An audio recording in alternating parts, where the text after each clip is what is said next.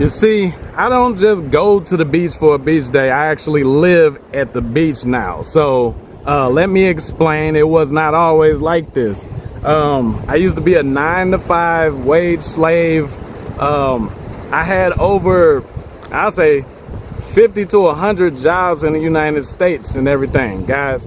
But the Bible says seek peace and pursue it. And I realized that I could not do that in the United States, no matter how much the jobs paid me.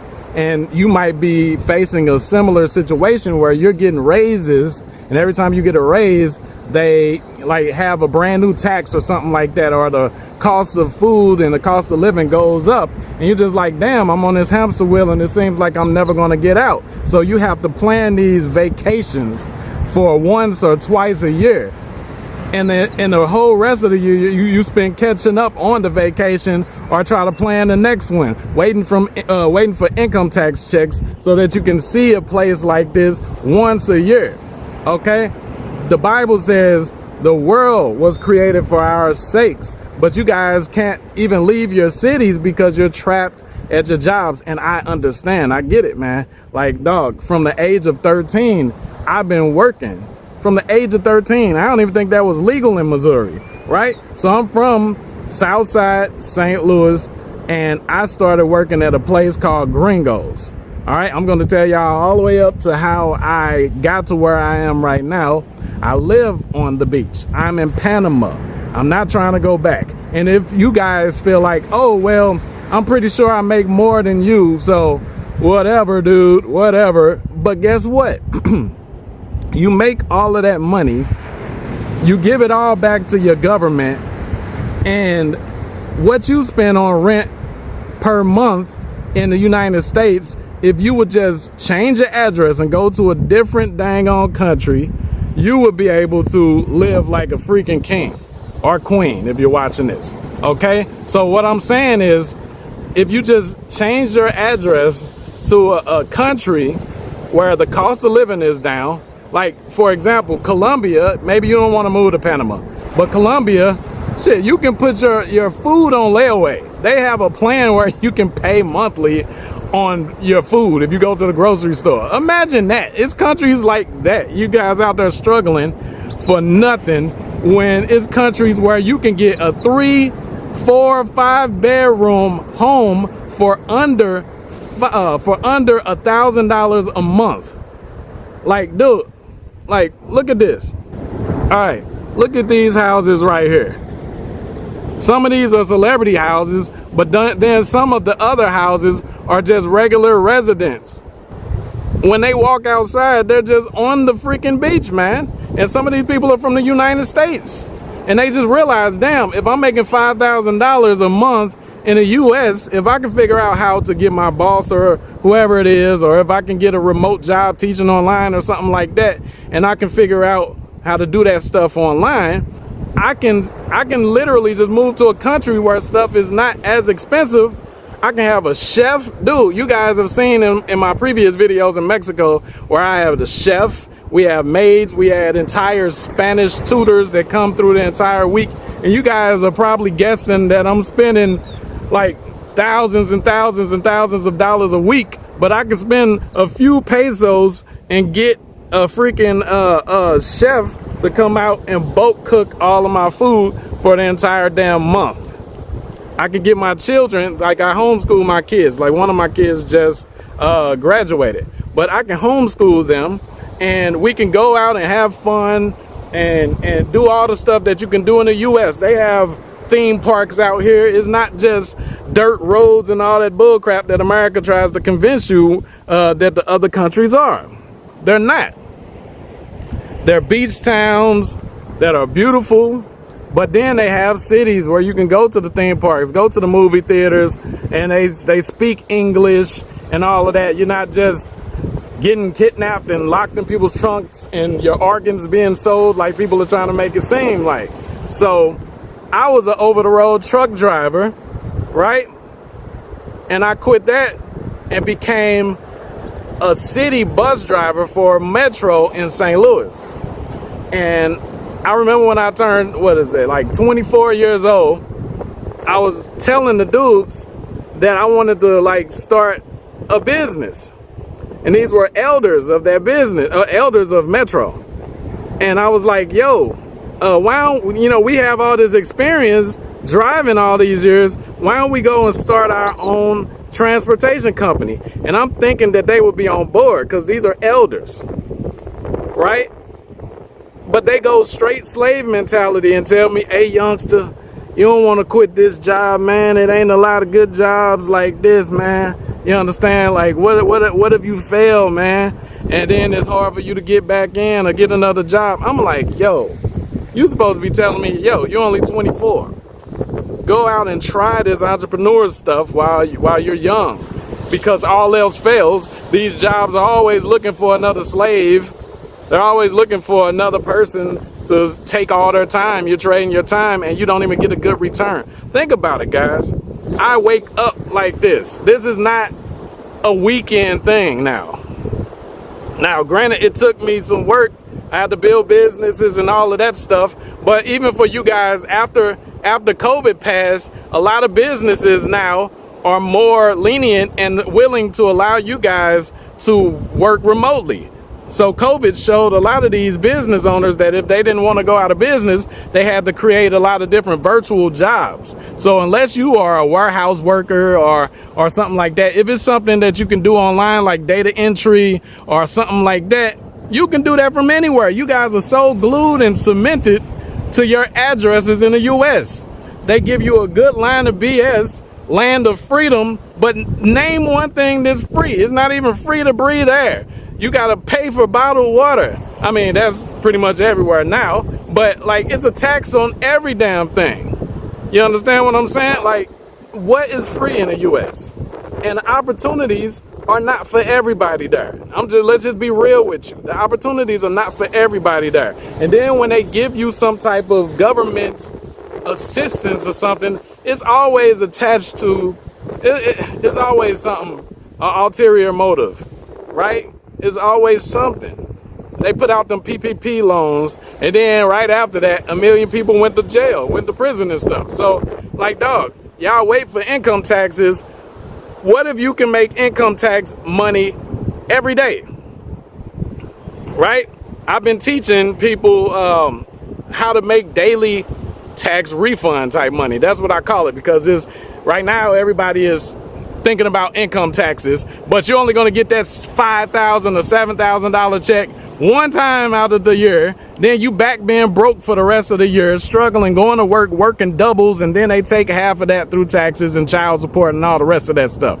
You can simply move to a different place, a different area, and you'll automatically gain an extra $1,000 to $2,000.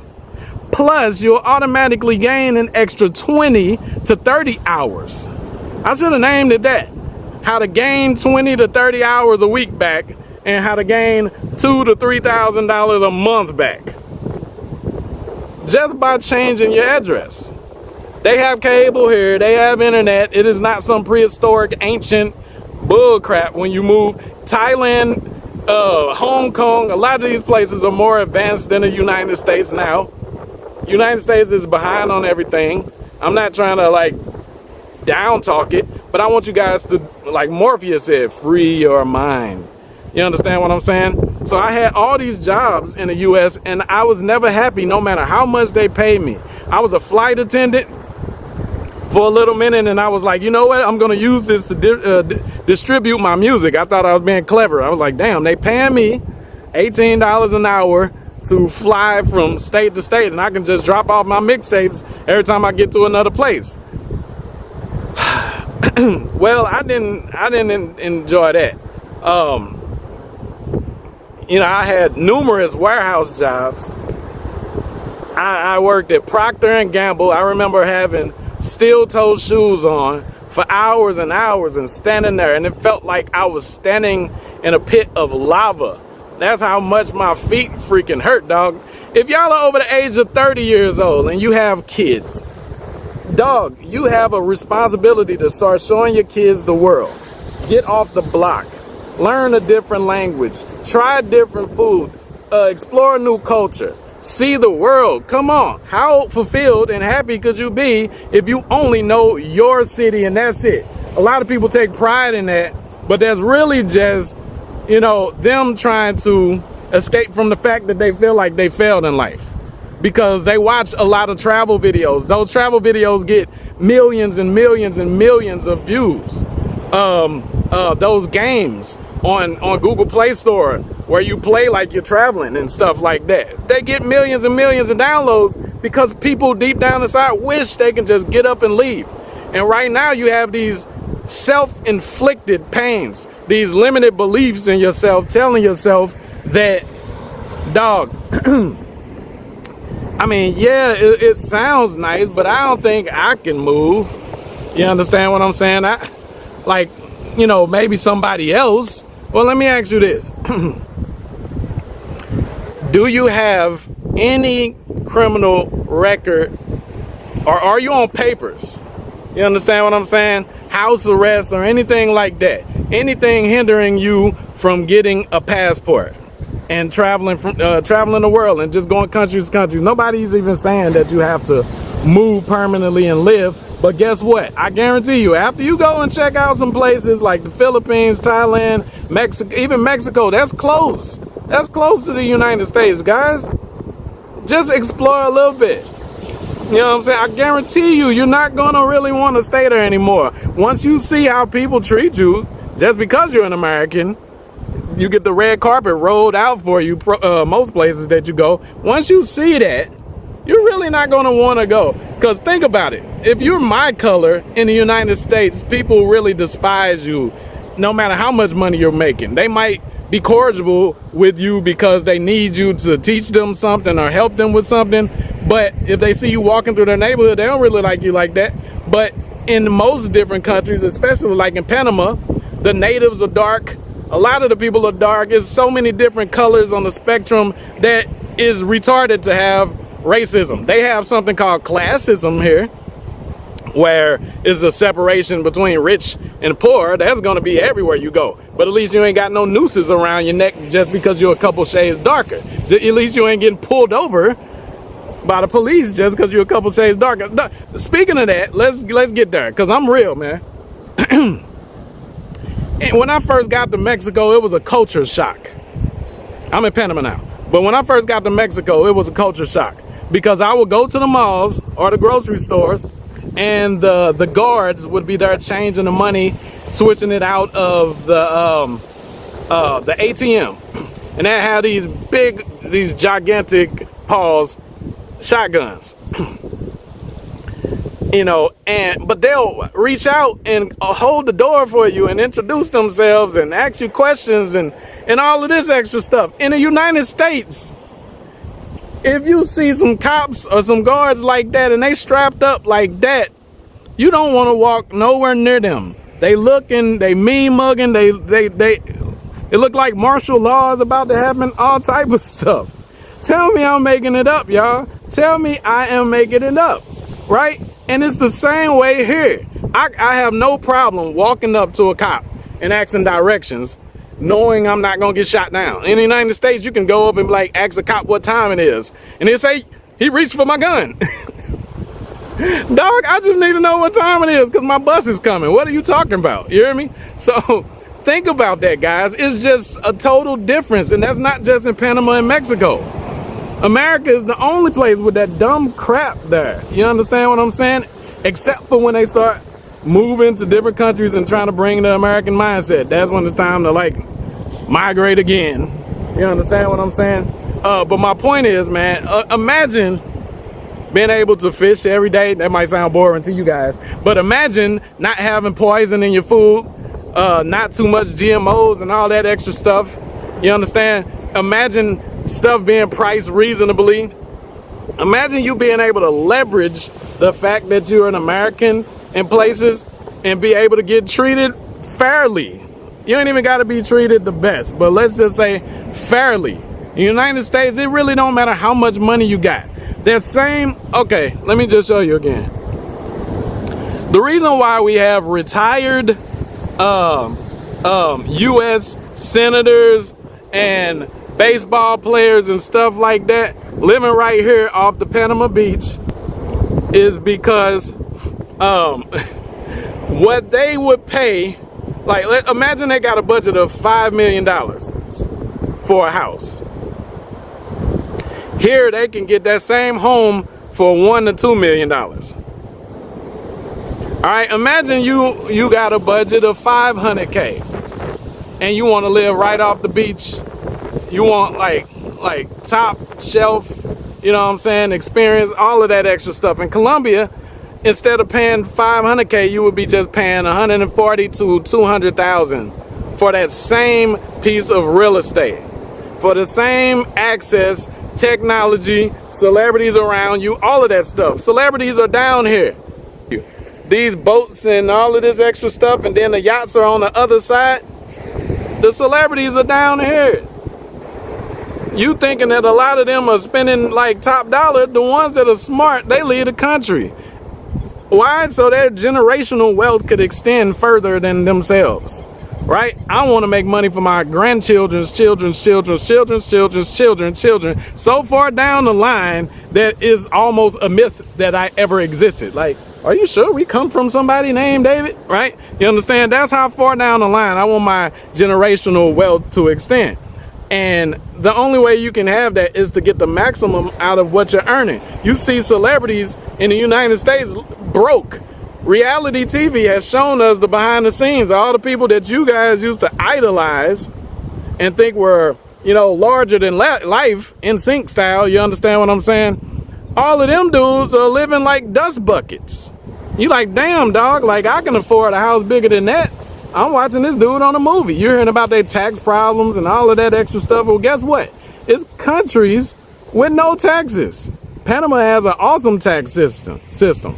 You understand what I'm saying? Like, the currency is crazy in different countries. Now, it's countries that's cheaper than Panama. I'm not saying this is the cheapest one. You have to decide what quality of life you want and have your check-off list personally, you know, based off of what you consider your, you know, your preview to heaven. You understand what I'm saying?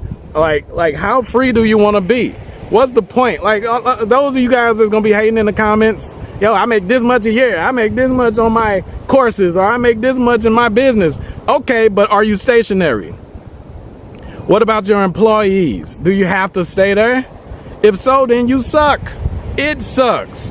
And I feel bad for you. I don't want to make a crazy amount of money if it means I just got to stay in the United States. Y'all got to figure out how to convert that stuff to online revenue. How can you make online income so that you don't have to stay in one place, one city, and you can just go places like this? You guys are going to see this all the time. This is how I live. You understand what I'm saying? This is not a vacation. I'm not on vacation. I'm not going back to you know, the bricks. You understand what I'm saying? And this is what I want for everybody that's watching this video right now. You don't even have to want the beach life. Maybe you hate the beach. Maybe you're allergic to, I don't know, sand fleas, or you're afraid that you might step on a starfish or a sea urchin or something like that. You hear me? Like, you don't have, what do you dream of? I've shown you guys the mountains too. Like, let's say you don't want to be in the beach and you want to live in the mountains. I was living in a place near Boquete, Panama, and we were just surrounded by waterfalls and mountains and stuff like that. You understand? People ask me, why you not coming back to the United States? Because I can get Jurassic Park views and scenery for pennies. But you guys, especially in New York, paying $2,000 a freaking month to live in a freaking shoebox apartment just because you saw Sex in the City and this is where most of the celebrities are. I don't give a damn. They not paying your bills. And then you sitting here looking like Leonidas in 300 battling roaches the size of soda cans and stuff every night. You understand? Like, come on, dog. Like, don't make yourself suffer. Don't cause self-inflicted pains. You understand? Don't let what you read about different countries scare you from going and exploring and trying stuff out. Oh man, if I go to Mexico, I'm gonna get kidnapped. If I go to Colombia, what about Pablo, damn, I can't even remember his name. Castro and all of these dudes. What about, you know, the drug lords and the cartels and all of that extra stuff? Okay, what about the Crips and Bloods in the United States, MS-13? What about all them dudes? What about the mafia that's been there forever? You understand? Like, dog, what you gonna do? It's bad every freaking where. Live good. You understand? Pick a business model that's virtual and live good. In the first pinned comment, I have something called daily tax refunds. I will give you a coaching session. We will get on the coaching session and I will show you how to make daily tax refund money, meaning anywhere from $1,000 to $3,000. We're not gonna talk all that rich talk. All right, I'm just gonna show you guys what I do to make crazy amounts of money. And if you're new here, I've been able to pull off launches that brought me in $26,000 in a day, $250K in less than 2 months. I've been able to pull that off. One of my top students has made over $140K in less than 90 days. Most of them make money in less than 24 to 48 hours after coaching sessions with me. So that's not me bragging or anything. That's just showing you guys that I know how to help people free themselves. But you have to want this. You have to want it, man. I can't baby you. You have to want to be free. And if you keep denying the fact that you're trapped in the United States, no matter how much money you make, this is why your wives are independent, self-supported, and doing all this extra bull crap, leaving you behind with their stupid corporate jobs, and you guys can't get along because everybody's fighting over finances and striving to have this stature and status that's unnecessary when you could just live a good freaking freeing life, liberated and feel good. Eat how you want to eat. Live how you want to freaking live. Okay, so I went from a 13-year-old moving stuff around an antiques shop to working many warehouses jobs, being a flight attendant, you understand, doing hella Craigslist gigs back when that was hot. Then I became an over-the-road truck driver. On top of that, I became a bus driver in Missouri for Metro. And them same dudes that was like, dog, you don't want to lose that job, man. They probably still at that damn Metro job, which is super sad to me. Because they were in their 40s, 50s and all that. Oh, man, you get to retire when you're 42 and all of this stuff. And what? And so what? You see all the retired people in the United States, they still have to go and get a bagging job at a grocery store part-time. I was working with retirees at Today's Staffing, packing mail and all of that stuff for the tax season. Because their money couldn't afford to take care of them. What they were getting in from the government after they retired wasn't a freaking enough. So don't tell me about a good job in the United States. Don't tell me about waiting for retirement or you don't want to lose this when after you retire successfully from giving them your whole life, you still got to go work at freaking at a grocery store. Come on, man. If you don't want that to be your life, I want you to write down your dream life. Like everything, like how much your cost per living will be. It could be modest, you know what I'm saying? The laws you want to be able to get away from, the freedoms you want to be able to go towards. If you want to buy land, if you want to build something, whatever it is, write all of that down and then start researching different countries and places. And then start making an actionable plan to do that. I can help you guys out with that as well. Get the coaching session for the daily tax refund money that you'll be able to make. And we can talk about that, okay? So because the freedom is what it's all about, guys. And this is my story. This morning you heard a familiar sound that all of us have heard and made you want to hop up out the bed and grab a sledgehammer and destroy the room. Okay, I'm talking about that alarm clock, and it's a familiar sound to me. Check this out. I've had enough jobs, so many jobs, 9 to 5s, that I can open my own career center and temp agency. All right, I've quit so many jobs that my wife didn't even want to marry me because she thought I couldn't be consistent enough for a real relationship. Now, check this out, guys. I told you my goal was to have mountains in my backyard and ocean as my front yard, and I've actually brought that to fruition after years of, you know, if you want to call it grinding are trying to make money in the United States and building businesses and everything. I didn't really treat myself. You guys see me travel and stuff like that, but I didn't really like treat myself. All right, this is the first time that we're actually going for it. And because a lot of you guys know I'm not that flashy, I'm more about the purpose. I'm more about building a business. So now I'm in this place. It's a new place in Panama, and they're building a resort. As you can see, they haven't even like finished building a pool right there yet, but you can actually see, let's see, you can see where they're building a pool, and they got the golf course back there, and you can see the mountains in the backyard as well. And the other day you guys got to see the ocean as the front yard, the beach and everything like that. So this video is for those of you who wake up every day, put your uniform on, and you're sluggish, and you're putting one leg in your pants leg and one shoe on at a time, and you just like, damn, where is the escape? When will I be able to be free? This video is for you guys. Now, there is a time that you will be free, no matter what age you are. You understand? Whether you're above 30 or under 30, guys, you do not have to stay at a 9-to-5 job. You can actually leave. And to tell you the truth, you can leave whenever you want to.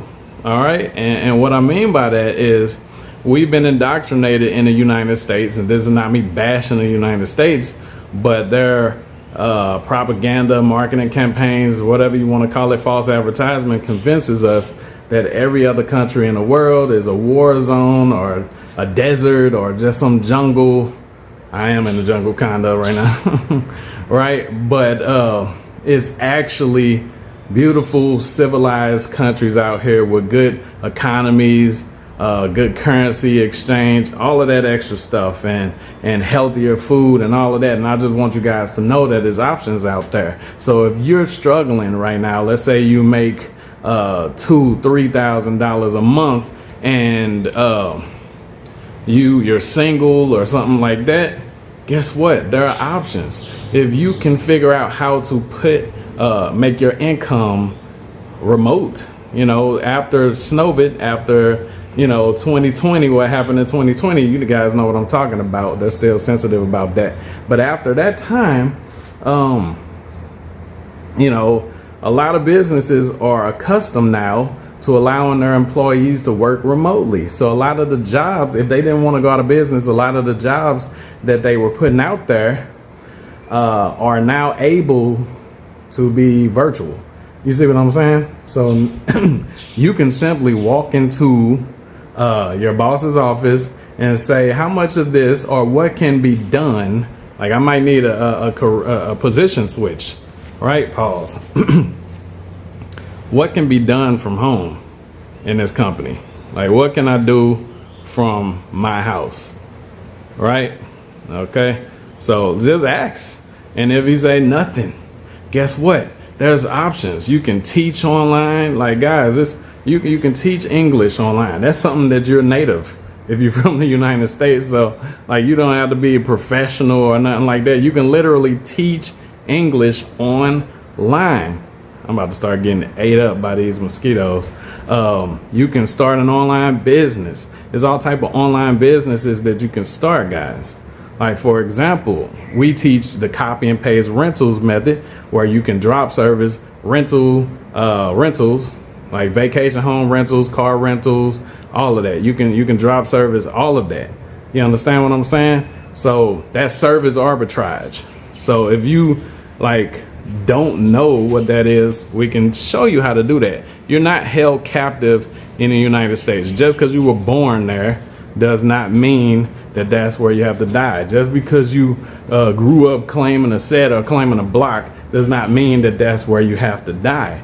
Guys, you can literally move. You just by changing your address, you can change your income, right? If you're struggling with $2,000-3,000 a month in the United States, just by changing your address to a different country, the currency changes, where the dollar is praised in certain countries, you'll be able to, it'll feel like you have an extra $2,000-$3,000 in your bank account without you even gaining any extra skills. You can take the income that you're making now, if you can do it remotely, and simply just live off of that, guys. The food is cheaper, but it's higher quality. The places to live, depending on the country, like are less expensive. Like I said, they're building this place right now. This is new right here. So right now, while it's new, they're not charging crazy. They're trying to fill it up, and I got in a good deal. You understand? So my point is, if you waking up and you feel miserable, that's not life. That's not how it's supposed to be. We convince ourselves, oh, well, I'm grown. This is just my responsibility. I got to do this to take care of my family. Yes, you do need to handle things. You know, you do need to handle taking care of your family, but that doesn't mean you have to do it from the United States or any country that you're in where you're not happy. If you're not happy, then the Bible says seek peace and pursue it. So that's what I did. I left the United States. I was supposed to go to Colombia, and I ended up in Mexico because I was I was desperate to get out of the U.S. So Mexico was the only place that was open with the borders at the time of the pandemic. And then we ended up in Panama after doing some research. And I believe that this is going to be our nesting place for now, where I'm going to build, and, you know, generations and all of that extra stuff until the Lord comes. You understand what I'm saying? So my point is, guys, write down a checklist, like a check-off list. What do you consider your dream life, right? What do you consider your dream life? My bad, it's like the sun hasn't fully came out yet, so you can see that in the back, but my face is kind of dark, no pun intended, right? and I'm doing this on my phone. But yeah, so like write down, like, okay, the food has to be natural. My income that I have right now is this, or this is how much I have saved up. I want to live near a beach, or I want to live away from a beach. I want to go to a place that doesn't have hurricanes. I don't mind hurricanes. Like, write down a checkoff list of like your dream life, like without exception, without bending, without, you know what I'm saying, compromising. And then you simply just go for it. All you have to do is put one shoe in front of the other. What do I mean by that? We created a list. Before we left the United States, we created a list, put it on a board, not like a vision board, but like a checkoff list. And we started with stuff that was tiny. Like, we started off with passports, like going to take our passport pictures. That was super cheap. Then we went to getting our luggage from Amazon. Then we went to checking out Airbnbs online. And then we went to booking a coaching session with someone that was in Colombia, because we were supposed to go there first. So we went off this checklist, and before you knew it, we were on our way to the damn airport. Before you knew it, we were on our way to the airport. So I just want you guys to know that if you just write off this checkoff list and just start planning your escape plan, like plan your exodus, like Moses. You understand what I'm saying? Plan your exodus and like make a move.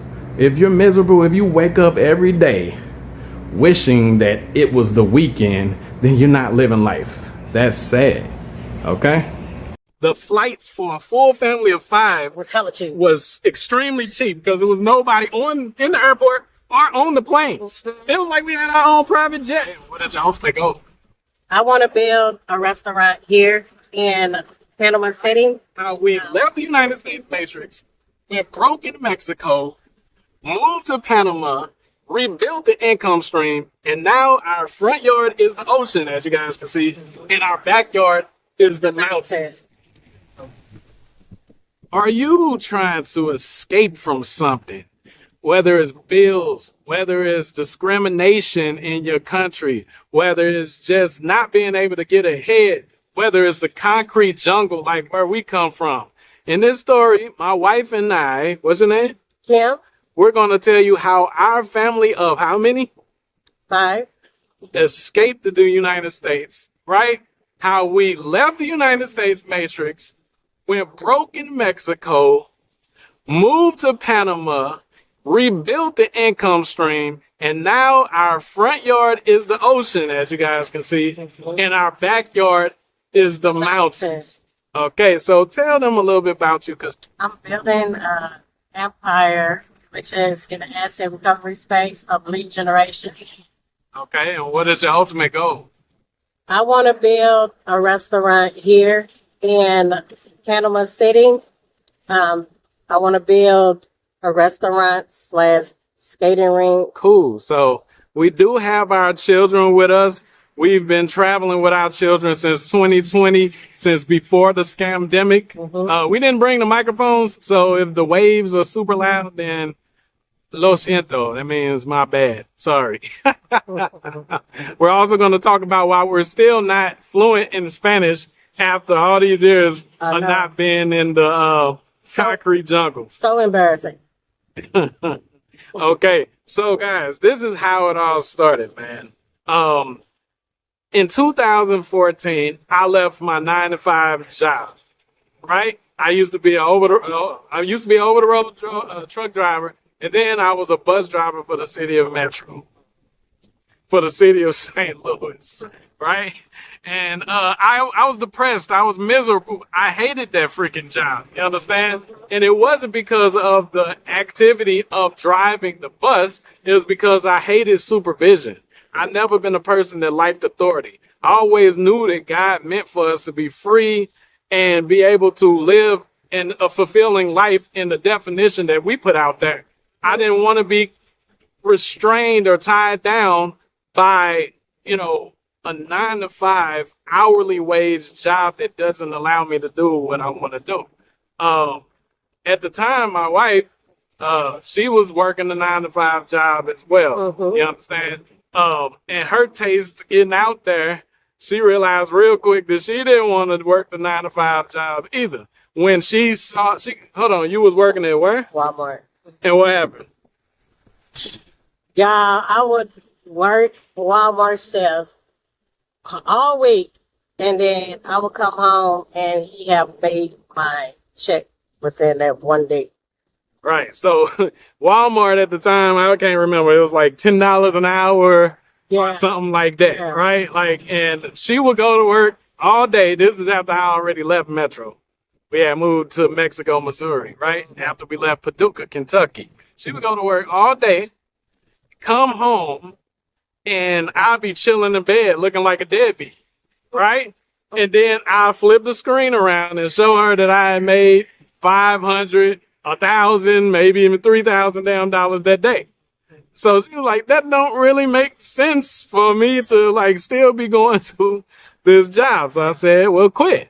She was stubborn. She always wanted to see what it was like working. I said, you're going to get tired of working the job real quick. Because, as being mothers, we are in the house all the time with the children. So just by having a job, we can get a little break from the kids or whatever. So I wanted that.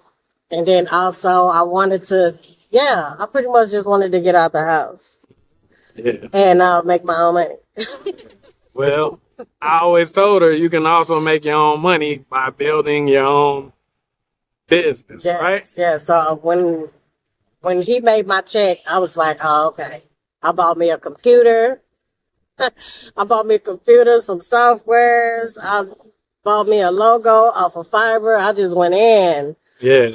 Making, creating my own business. Then she started creating content, her own channels, and started making money through entrepreneurship. So now she's on the pathway. She has her own asset recovery business where she helps people like you find lost money and assets that the government might be holding from you guys that you don't know about. Yeah. And she's using that to fund her restaurant chain that she's going to build over here in Panama. Hopefully one day it will go global. But let's get back to the U.S.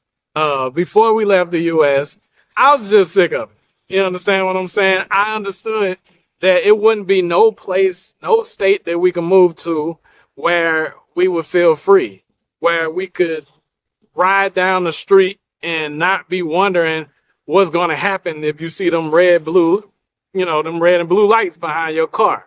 You understand what I'm saying? Or, if you do make more money, how much more are you going to get taxed, or just a whole bunch of things that we were dealing with. So we were planning to move to Florida, but that ain't how it went. Once we got to Mexico, Missouri, we were on YouTube, and we ran into a dude named Cortez Ross. Speak up, because of the Cortez Ross. We ran into a dude named Cortez Ross. And where was he at? Like, what country was he? He was in Colombia, Medellin. He was in Medellin, Colombia. Mm-hmm. Was he in Medellin, Colombia by himself? No, he had his family. He had a whole family. And what did he look like? What was his nationality? Black. He was the only so-called black, so-called African-American person we had ever seen, besides foreign, black people, but like from America, that we had ever seen traveling abroad and living abroad with a full family.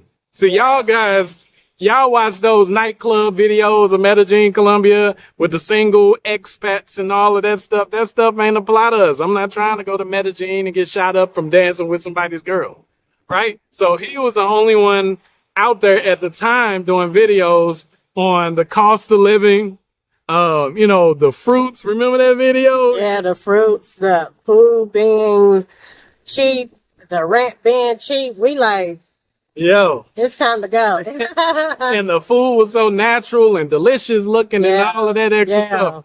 So he also was saying, like, when he got there, he was heavy set, and when he got there, he lost weight because of they don't have all these additives in their food. Yeah, and I was just sold. I was like, babe, we gotta go. Yeah, exactly. So our initial plan was Colombia. Mm-hmm. We were in love with Colombia. Mm-hmm. We were so much in love with Colombia that we started buying consultations with people that was living there at the time. It was this couple. What was the name of that couple?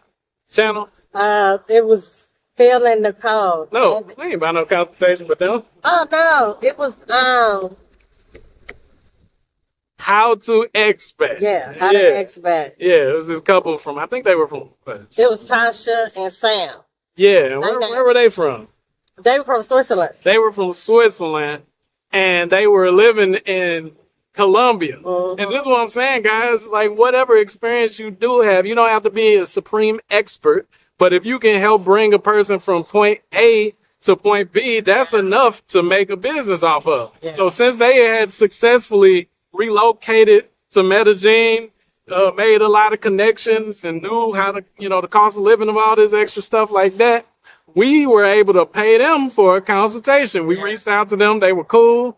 And it just added fuel to the fire. We got even more excited about moving to Colombia, from that. Then we started ordering Spanish lessons off of Fiverr, trying to, like tutors and stuff like that, trying to figure out, we got to figure this Spanish stuff out because we out there. You understand what I'm saying? So I got another video that we're going to do after this, not today, but after this, that's going to reveal our checklist. We had a checkoff list. It's not going to be real for you guys until you create a checkoff list and start marking things off. It started with getting just something simple, getting the pictures.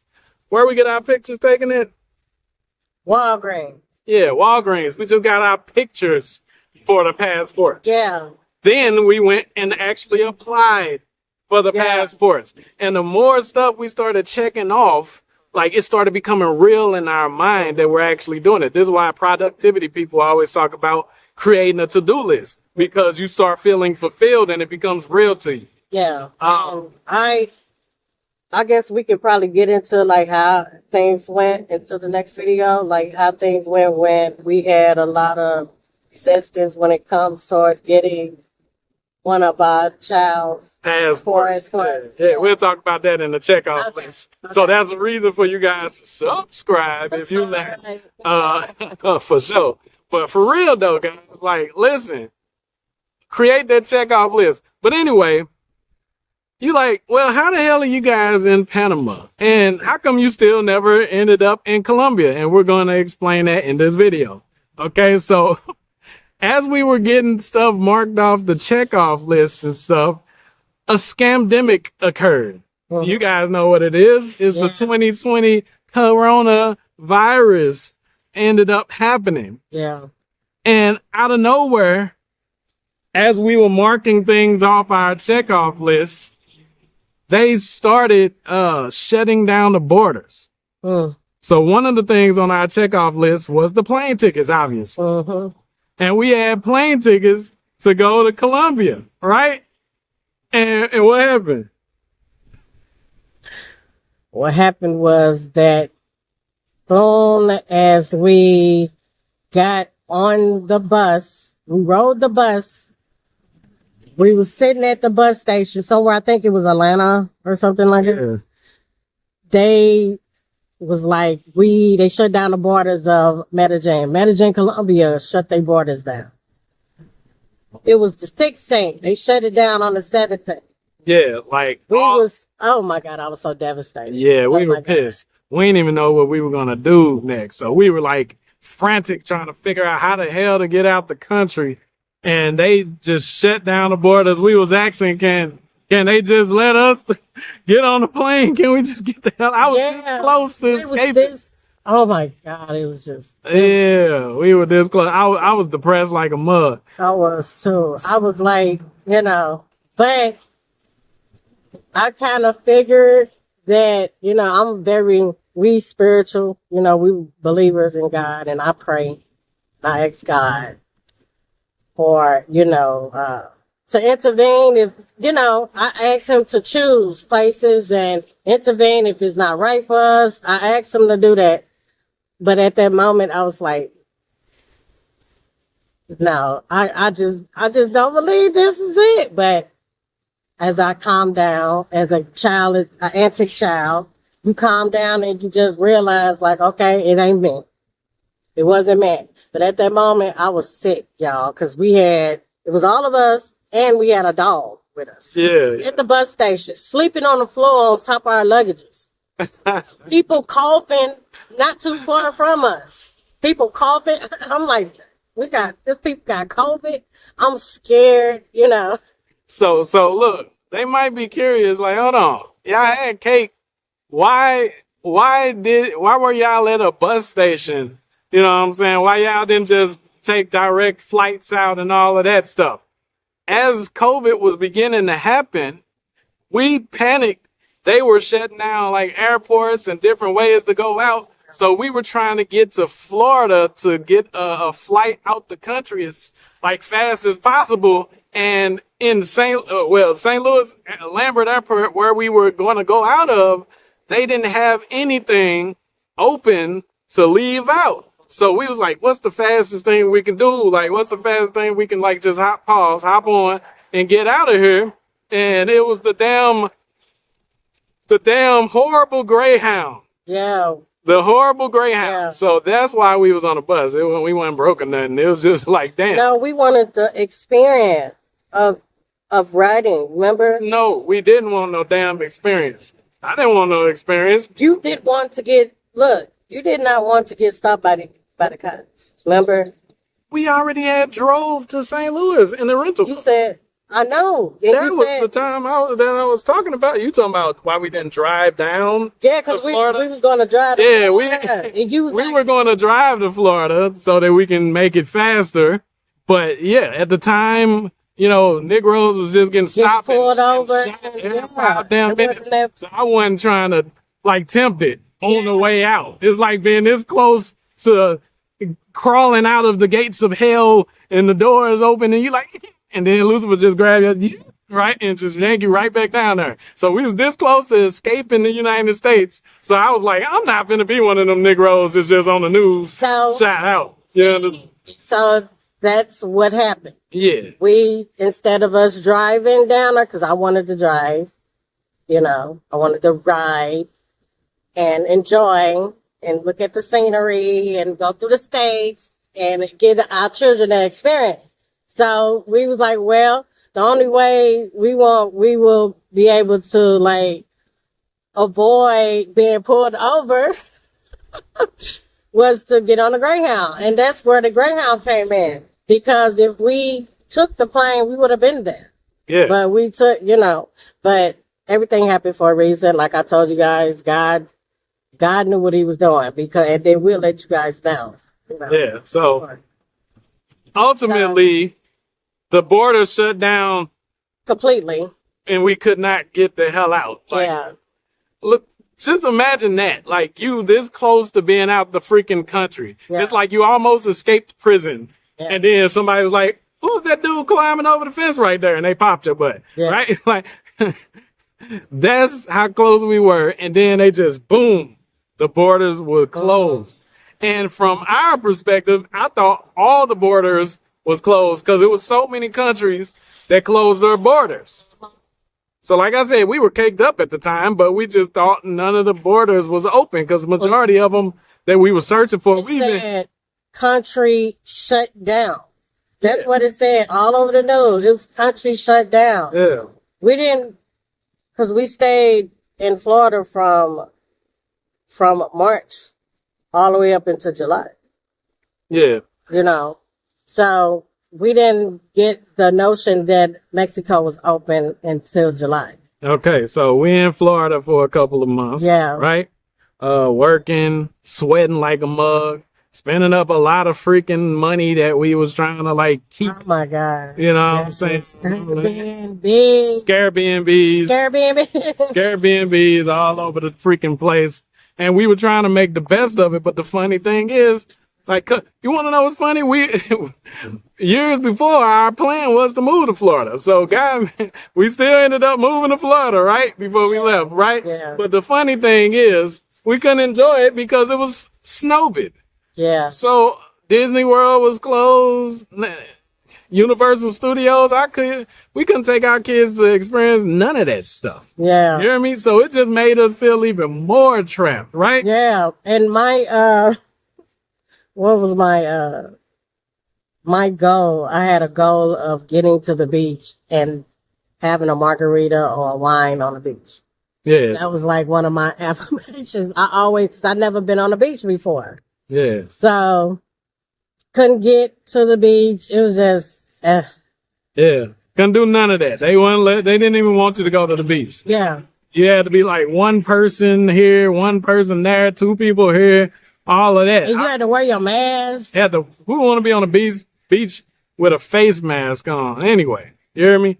Horrible, man. So, one day, I'm working, as usual, on the computer, trying to make some cake, right? And she comes into the room, and what do you say? Babe, Mexico is open. Mexico is open. I'm like, Mexico? I'm trying to get to Colombia. And what'd you say? I said, to hell with... Speak up. I said, to hell with Colombia. Let's go to Mexico. Because we was getting information from, it was the shutdown, where they couldn't even do nothing there. Yeah. Like, it was horrible there in Medellin, Colombia. Like, yeah. People, they couldn't even leave. Yeah. In Mexico, we were still able to leave. Hold on, don't jump ahead. Oh, okay. Yeah. So basically in Colombia, we got word that it went from a haven, a safe, free, liberating haven to a damn martial law type prison. You hear me? Like, Americans was getting robbed and all of this because the locals, the natives couldn't go to the stores and stuff because it was a shutdown. Yeah. So they would just break into their American neighbors' houses and get food and stuff that they needed. Yeah. So it was horrible in Colombia during the scamdemic. You hear me? So when she said, let's, Mexico is open, I was like, she said, well, we might be able to still go to Colombia once all of this is over. But let's go here. Just to get out of the country. And and then we had a whole lot of people was telling us, it's dangerous in Mexico. I'm like, look, y'all stay here all y'all want to. We fit to go. I wanted to experience something. I'm like, I didn't come this far. God didn't bring us this far to leave us now. That's what I was saying. Yeah. I'm like, so, babe, let's go. Look, I was so desperate to get out of the United States F what they talking about the cartel, F what they talking about crime, kidnap, all that stuff. I'm like, you can run into gangs in the US. I grew up on blocks with gangs in the US. I grew up on gangs with coke and drugs in the US. I grew up in the US with cops and violence and murder and death and all of that stuff. I said, there ain't nothing y'all can say. And that's the point y'all got to reach. Watching this. So whereas none your family or friends can say, if you want to escape that place, not the land of freedom. So when she told me Mexico was open, I just girded my loins and was like, all right, let's go then. Let's go. So I said, go book the flight. So she immediately went to go book the flight. She did it. Like, she went to go find. And the funny, crazy part about it was, since everybody was so scared of this real epidemic or scamdemic, they were so scared of this real disease out here that nobody wanted to fly. Nobody was traveling outside the U.S. for real. So, and we wasn't scared. We wasn't scared because we like, you know what? God got us. Exactly. God got us. You gotta have faith. Like, you gotta have faith. Yeah, and you just gotta believe that God won't bring you where you are to leave you there. Exactly. You know, so my faith is strong, when it comes to certain situations like that. But like you said, when we get to those checkout lists, I'll show y'all how God is powerful, man. He's powerful. So check this out. So when we was in the airport, first of all, the flights for a full family of 5 was hella cheap. Was extremely cheap because there was nobody in the airport or on the planes. It was like we had our own private jet. Yeah. That's and we got cake, but we ain't got our own private jet. Just throw that out there. We do not have our own private jet. Okay. It felt like it. But it felt like it. It was nobody on them mugs. It was nobody in the airports. So we got the tickets for the full family for freaking breadcrumbs, chump change, if you want to call it that. Okay, so we flew into Mexico. And my biggest fear came to life. It was extremely hot. The whole point, one of the reasons I wanted to move to Medellin, Colombia, is because of the advertising of it being the place of eternal spring. Springtime, all year round. Yeah. I was trying to escape the 4 seasons. I'm not talking about the freaking hotel. I was trying to escape winter, summer, fall, spring, all of that. I wanted eternal damn spring. You hear me? Yeah. So that was one of the selling points of Medellin, Colombia. Right? But when we got to Mexico, I immediately was in a little, I was glad to be out of the States, but I was a little bit in a pissy mood when we first got there. Because even though they didn't force you to wear masks around Mexico, like walking around or none of that. But if you went into a store, you would have to put a mask on in certain stores. And they still made it to where if you went to a store, it was a certain number of people to go in there. Just because they were trying to stay within regulations of all the bull crap. But they kept the borders open. We were still able to make money. People still able to travel there, go to Fifth Avenue and go to the beach and do all that extra stuff. Yeah, go out to eat. Yeah. It was never shut down. So how do we go broke in Mexico? Well, first of all, we made the most money we ever made in our lives up to that point in and around our move to Mexico because I launched a product, a course. It was called The Godfather of Drop Servicing. So I'm talking about multiple times a day, people just dropping $2,000 out of nowhere into our bank account. This was the everyday thing that was going on, right? Yeah. But one day, we were at one of the Airbnbs, and we were about to leave the Airbnb and go to another Airbnb. And we couldn't access none of our damn money. What happened? PayPal shut down our account. Stripe shut down our damn accounts. That was horrible. It was extremely horrible. That was horrible. So what happened, what triggered it all, and this is what I try to warn people of now, man.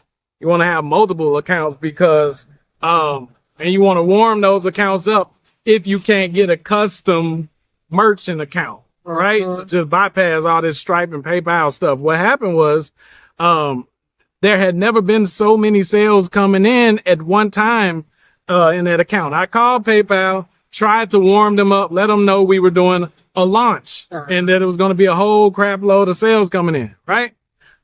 They say, okay, cool. Just go on. You know what I'm saying? Nothing's going to happen. All the sales came in, you know, they put some of them on hold, but that's normal. It wasn't no big deal, right? We had cake, but a person filed a damn charge back. That's all it took was somebody to lie, acting as if they didn't get access to the course. Yeah. When all of those other thousands of people that got the course got access the exact same way. So PayPal is one of those customer come first type platforms. Yeah. Right? So even without investigating and everything, they froze our freaking account for how many days? 180 days. 180 days. 180 days. That's 6 months. So that's why I say we went broke. You're like, huh? You went broke? You said it don't matter if you got money in your account if you can't access it. So for all of y'all that are trying to go completely digital and cash in a cashless society, think of stuff like that where you can't. Even just a couple weeks ago, we couldn't even access our freaking money. PayPal and all of these. And the good thing, that's only one of our accounts and we still had access to money other places. So that's how we went like broke. All of our accounts froze or closed with the money in them. Talking about we'll give you access in 90 days. That's what Stripe said. Matter of fact, Stripe sent.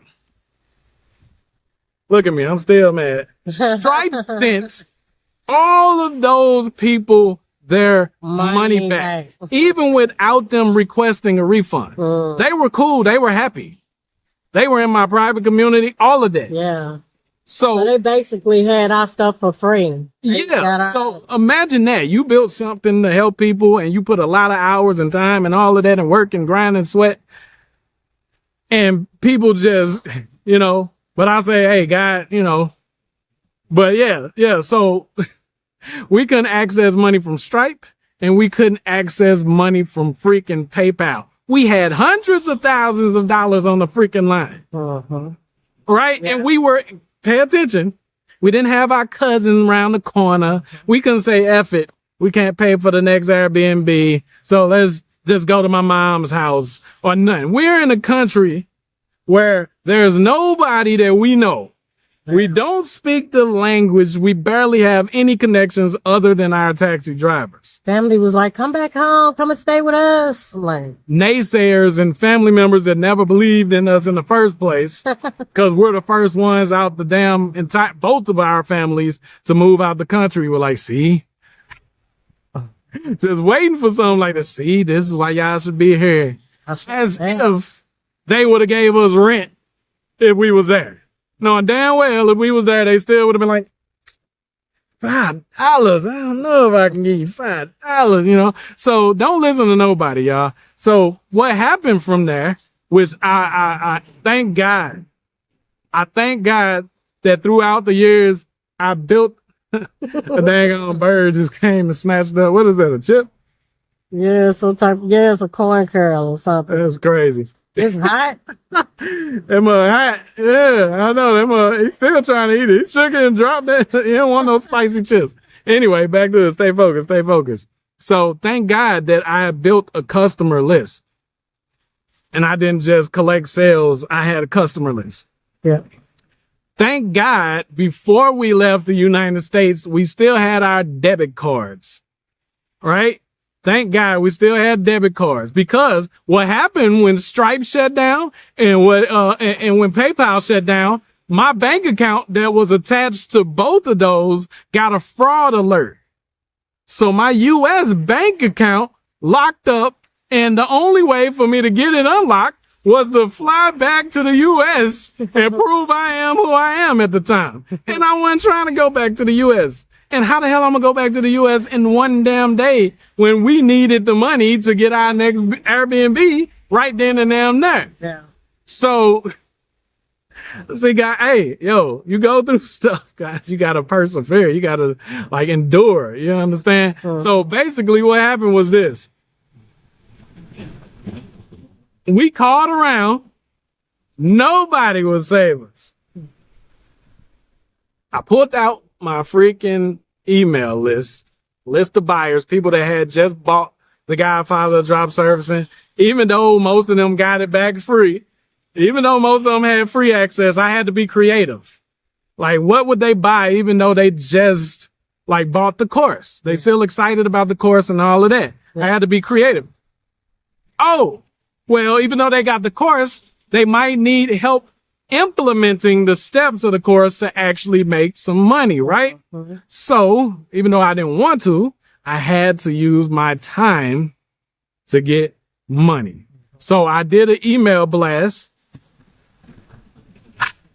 and I offered coaching sessions, one-on-one coaching sessions for, I don't remember how much it was, $1,000 at the time or something like that. One-on-one coaching. It might have been 500 because we were so damn like desperate at the time. Might even been 500. But I remember we couldn't collect the payment through PayPal. We couldn't collect the payment through Stripe anymore. How do we collect the down payment? Cash App. Cash App. Cash App. That's when I knew they loved me. They really loved me because most people at that time thought Cash App was scammed and they were scared to send money through it and stuff. Yeah. Yeah. And then there was a couple of them like, because they wanted to be able to get a refund. Exactly. So they're like, send me a paper. Yeah, they didn't. Yeah, they didn't. Yeah. But we accumulated between $5,000 to $10,000 just from me sending out that email blast.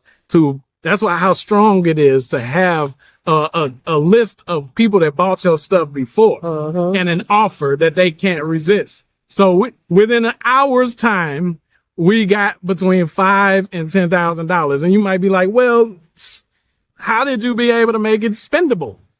Remember, I said before we left the U.S., we got a debit card, a NetSpend debit card, one of those prepaid debit cards. Thank God that was successful. Thank God we had Cash App on our phones because in Panama, you can't download Cash App. They block it. Yeah. So thank God we already had, see, God is there.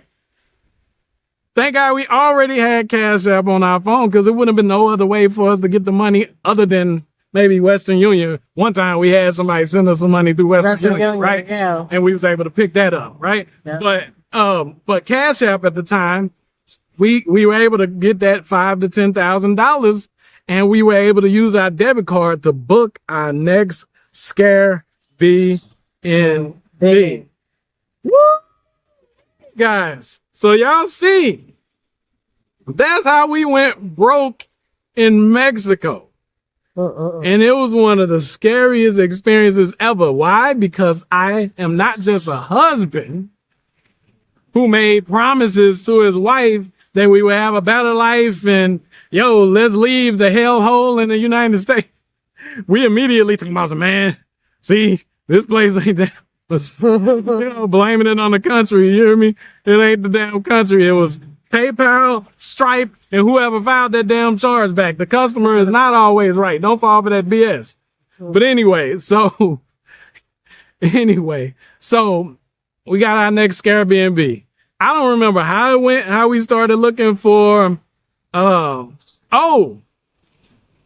we were having issues trying to get permanent residency. We looked up the permanent residency steps in Mexico, and it was like calculus / trigonometry. Yeah. And it was going to require for us to have to go back to the States to do a few of the steps. I'm like, dog. Yeah.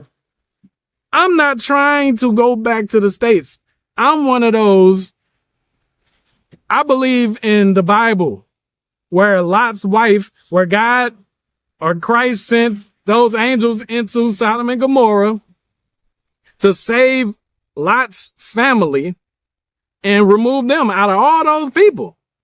And Lot's wife got the nerve to freaking look back as if she gonna miss that place. So I'm one of them I'm not finna say, hold up, I forgot something and go back. Whatever it is, we'll replace it. You understand? So when those steps to get permanent residency required that we would have to like go back to the States, I immediately was like, well, we weren't supposed to be even living in, Mexico anyway. Yeah. Yeah. So, yeah. So that's when she hopped online and we started looking up other countries. First we checked out, look, I think he's gonna come up the rocks. We might want to check, see how he climbs up the rocks so we can know how to get down that way. It's 2 beaches. It's one in front of us. Down there too. Oh, damn. They are climbing that way. They fishing. Oh, he finna just sit on the rocks and fish like that. Yeah, they had a cooler down there too. Not a drinking cooler, but a cooler. Hey, look at him. Look. He going that way you was talking about. I told you. All right, my bad, y'all. We got get distracted. Okay, but anyway, so we got online and we started exploring places. We explored Philippines, Vietnam. All these places were cool and cheap, but extremely far and extremely hot. So I'm like, look, he walking up all east.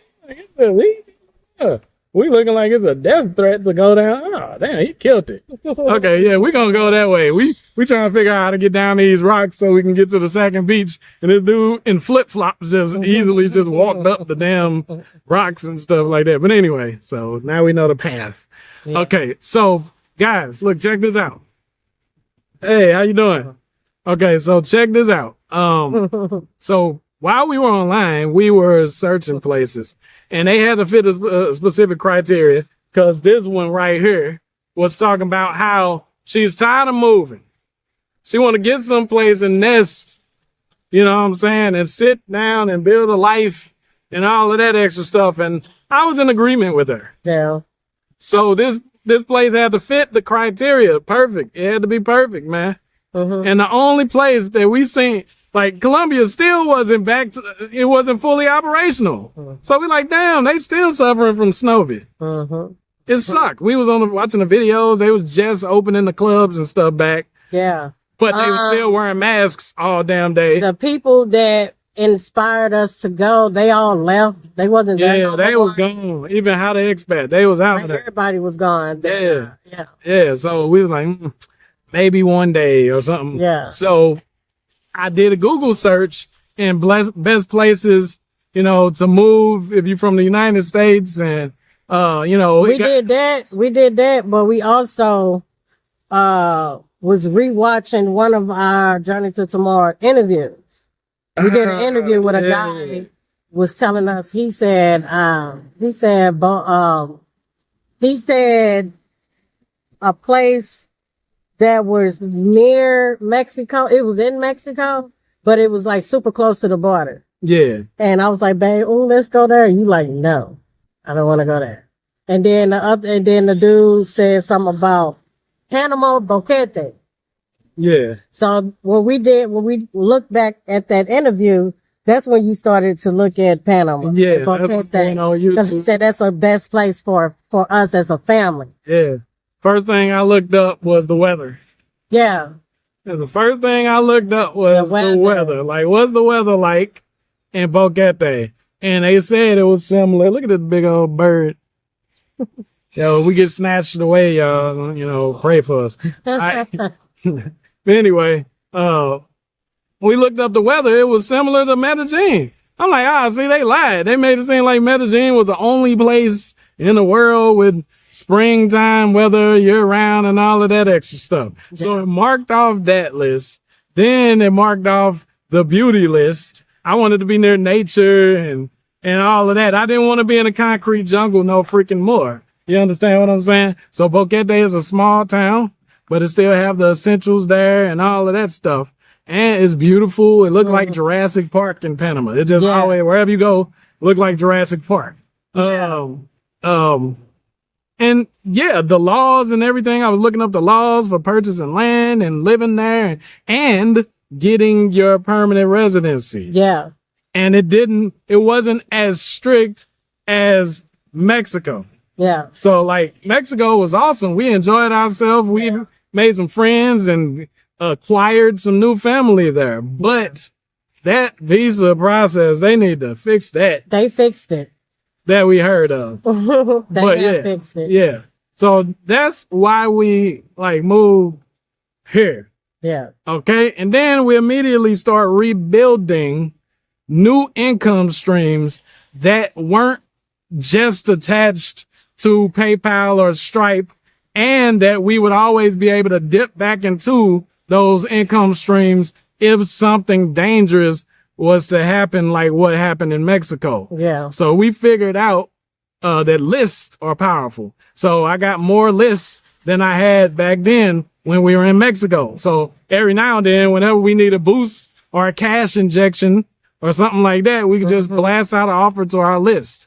We built out more passive income streams. We have channels and websites and all of that extra stuff out there. So that's how we rebuilt out here. So our ultimate goal, now that we're here, we want to partner with a lot of the locals, not just Americans, partner with a lot of locals to build businesses and to and to utilize these little beach carts that be driving past. But anyway, taxes. yeah, to utilize our skills online and offline to like help around here, but build more income streams and take over. You understand what I'm saying? All right. So what do you want to say before we sign off? I just want you guys to stay tuned, because I think that the other video is gonna be like, it's gonna be some eye-opening things, some things you guys can use, and to get you guys ready to, leave the U.S. Yeah, even if you're not planning on moving to Panama, the checkoff list video or the checklist video is gonna be like extremely helpful. Be able to work for any place you're trying to. Exactly. And like I said, we did it. We did it as a married couple. We did it with children. Even one of our kids graduated since we done moved, graduated high school. Online. Exactly. About to start working online, all of that. So we're doing it. So we are a testimonial. We are a testimonial for you guys. For you. We are a testimonial for you guys. So that shows you that you can do it. Don't let nobody hold you back. Don't let nobody slip doubt into your mind. Don't let nobody that never did it before or even tried it before try to tell you the dangers of it or how it ain't gonna work for you. Yeah. Okay? So stay tuned, y'all, and we'll see you guys in the next one, Lord's will. Yeah. Peace. Okay, we all know that the backyard is the mountains and our front yards are the oceans. But I have a friend that's close to me from the United States, just like you right now, who has joined in that dream, and we're going to interview him today. Say what's up. Cause I'm always ready. I won't let you out of my sight. Oh, I'll be ready. I'll be ready. What's going on, everybody? How you doing?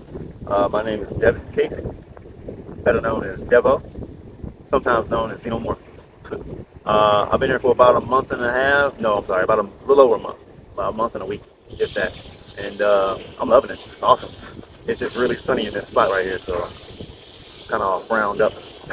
Okay, so what he means to say is he's suffering from sunburn. Yesterday, he was very enthusiastic about getting into the pool. Now, if you look a little bit that way, you guys can't see it, but let's see. I'll see if you guys can see it. A little bit down there, towards that building right there. That's where you can chill and you can eat food. There's a little restaurant inside there. And yesterday, we took the kids and his significant other and everything, and we went down there. They got in the water in the pool and stuff like that. So, all right. So, tell us a little bit about life back home. Life back home in St. Louis. It's like any other place, I would assume. You know, you're just going to work. It's the weather's trash. It was cold, rainy and snowy. I mean, not to make it sound all bad or anything like that, but I mean, like it wasn't the right home about, so to speak. Um, Regular stuff. I think the danger isn't as bad. Well, it feels like it's not as bad as it used to be, but that's because we have put ourselves in stupid positions like we used to back in the day, mobbing around in the old neighborhoods and stuff like that. If you mind your own business, go to work, go home. It's not so bad, but the quality of life overall is great. I feel personally. The scrutiny of people, looking down or thinking they're better, the whole class system, middle class, upper class, all this other crap. Um, it's just stuff like that. It was time to get away from. Most of the time, people decide to leave that environment when they're already old, and they want to go somewhere else, to get away from it. I decided to do it now while I still enjoy my youth. Okay, so that's not a diss to anybody watching this over the age of 40 years old. But usually, in the United States, a lot of us, we don't start trying to consider living a life of happiness and freedom until we retire, which is around, if you're blessed, 45 years old, and if you're not that blessed, around 60 something. You know what I'm saying? So what he's saying is he realized he wasn't trying to wait until all that, guys, just because you were born there don't mean you have to die there. So Devin, like, what did you do for work in the States? My last job was essentially a truck driver. I got my CDL and I didn't even use it. I was still driving box trucks for a while, looking for better truck driving jobs, but a lot of them were already just taken up.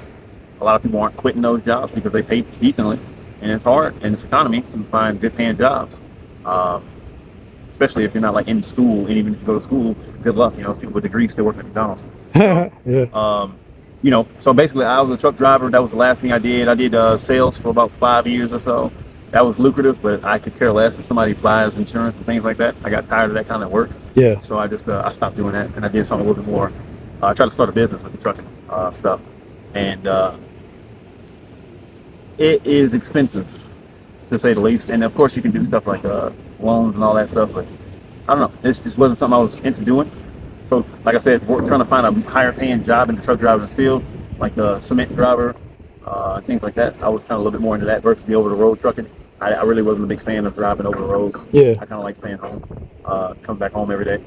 So I was trying to find something in that field, and it was just kind of hard to find. So I got a little irritated with looking for a better job, even though I fit the criteria, and I decided to go back to working for myself. Okay. All right. So just a quick insight into working for itself. Here, guys, we do a lot of partnerships with the locals. Here, they don't mind if you just upstart a business. You don't have to have, all of the extra crap that you have to go through to like start businesses in the United States, and its tax benefits and stuff. But you can check that out on the other video that we talked about 9 weird things here in Panama. But check this out, guys. Like, he had a life back in the United States. Some of you are watching this right now where you feel like, oh, but I don't want to just leave my life. But if you're already watching these type of videos, you've already considered the fact that your life might not be as satisfying as you want it to be. So explain a day-to-day to you. Like, what's a normal day-to-day back in St. Louis for the people that don't know? So the normal day-to-day in St. Louis is, I would imagine, like it is anywhere else, y'all. You wake up in the morning, you're tired. You get ready for work. You go to work, or whatever shift you work. It's different when you wake up, different shifts. But essentially, you go to work, you do your time, and slavery. You get off work, hopefully with enough time to handle any other business you got outside of work, paying some sort of bills, shopping. You go home, you make dinner, you rest for a few minutes if you can. I don't have kids, so there was a time that I did have a stepson and a woman for a while. So you go home, you deal with your family, you cook dinner, and then it's time to go to sleep. Get up and do it all over again. Do it all over again.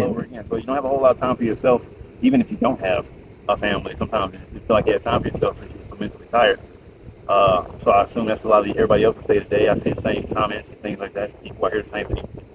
So I mean, my life in St. Louis is no different from I imagine anybody else's. Right? I lived in Vegas. I lived in a lot of other places. It's the same damn life. I lived in Hawaii. It was the same damn life. Yeah. Whenever you have a job, that's you. That's it. And depending on the cost of living in that place, it's kind of depending on how hard your life kind of is. Cost of living and the pay that you make. Some places the cost of living is a lot worse. St. Louis is starting to pick up. St. Louis was relatively cheap back in the day. It wasn't that bad. It was one of the better places to be, bang for your buck wise. And that's not so much the case. Now you're finding one bedroom, it's like $1,200. Two bedrooms, you know what I mean? That's crazy. $1,200. I mean, like you're not paying. I haven't seen a place for $800 or something like that in so long. That ain't in the smack dab middle of the hood, and you're in immediate danger. I couldn't tell you how long. That's crazy. Just to live, not even minimally, just live like mediocre. You're paying a lot more than what your job's paying you in most cases. So it's an uncomfortable situation for a lot of people. That's ludicrous. Now, guys, it's some places that are expensive here too. It's a lot of places that will try to gringo price you, that you might say, hey, I could pay that same price in the States and stuff like that for a 2-bedroom or 3-bedroom. But you're not getting the bang for the buck, pause. You're not going to get the same thing for the same price. So stop trying to quantify like value as price. It's about how you're living, you know what I'm saying? It's about your freedom. Now, just to like expound upon that freedom part or the how you living part, that's why I had them answer what a normal day-to-day was like in the States for them. Now, I'm going to ask that same question here. All right, go ahead.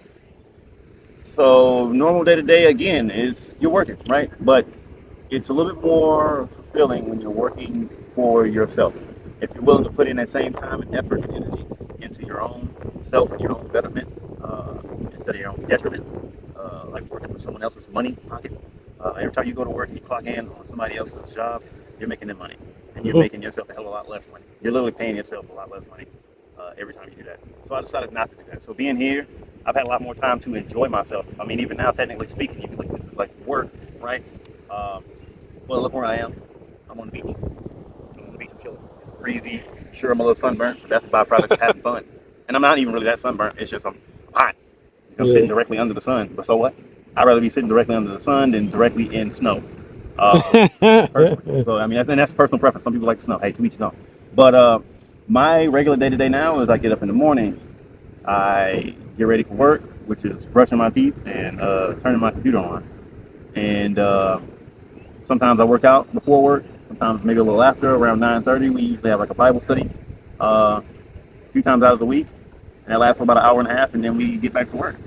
We work on our stuff that we do, which is basically computer-based work, marketing, and things of that sort. Or we're having fun going out and we're venturing to some of these high-rises. You can't see them all the way out there. There's one all the way out in the distance, Ocean View or something like that. I mean, it's a super beautiful place. And we get the luxury of actually being able to tour some of these places and show the insides. And also getting to see these locations on our own as well. So that's part of my day-to-day. And I get to spend time with basically family. I'm working with people that I grew up with. You know, we're all sitting around working, we're having a good time, we're joking around, laughing, having a good time.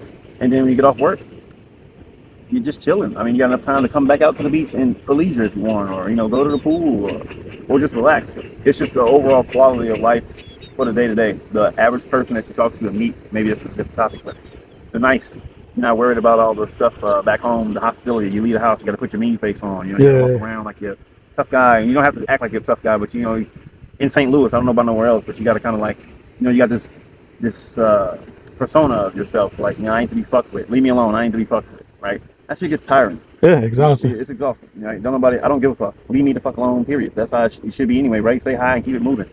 But you don't feel at ease a lot of the time just because of the surrounding and how people are, how things are. Here, I don't have that. There's no stipulations like that here. You just do your thing. People don't mind. They mind their business. They speak and they keep it moving.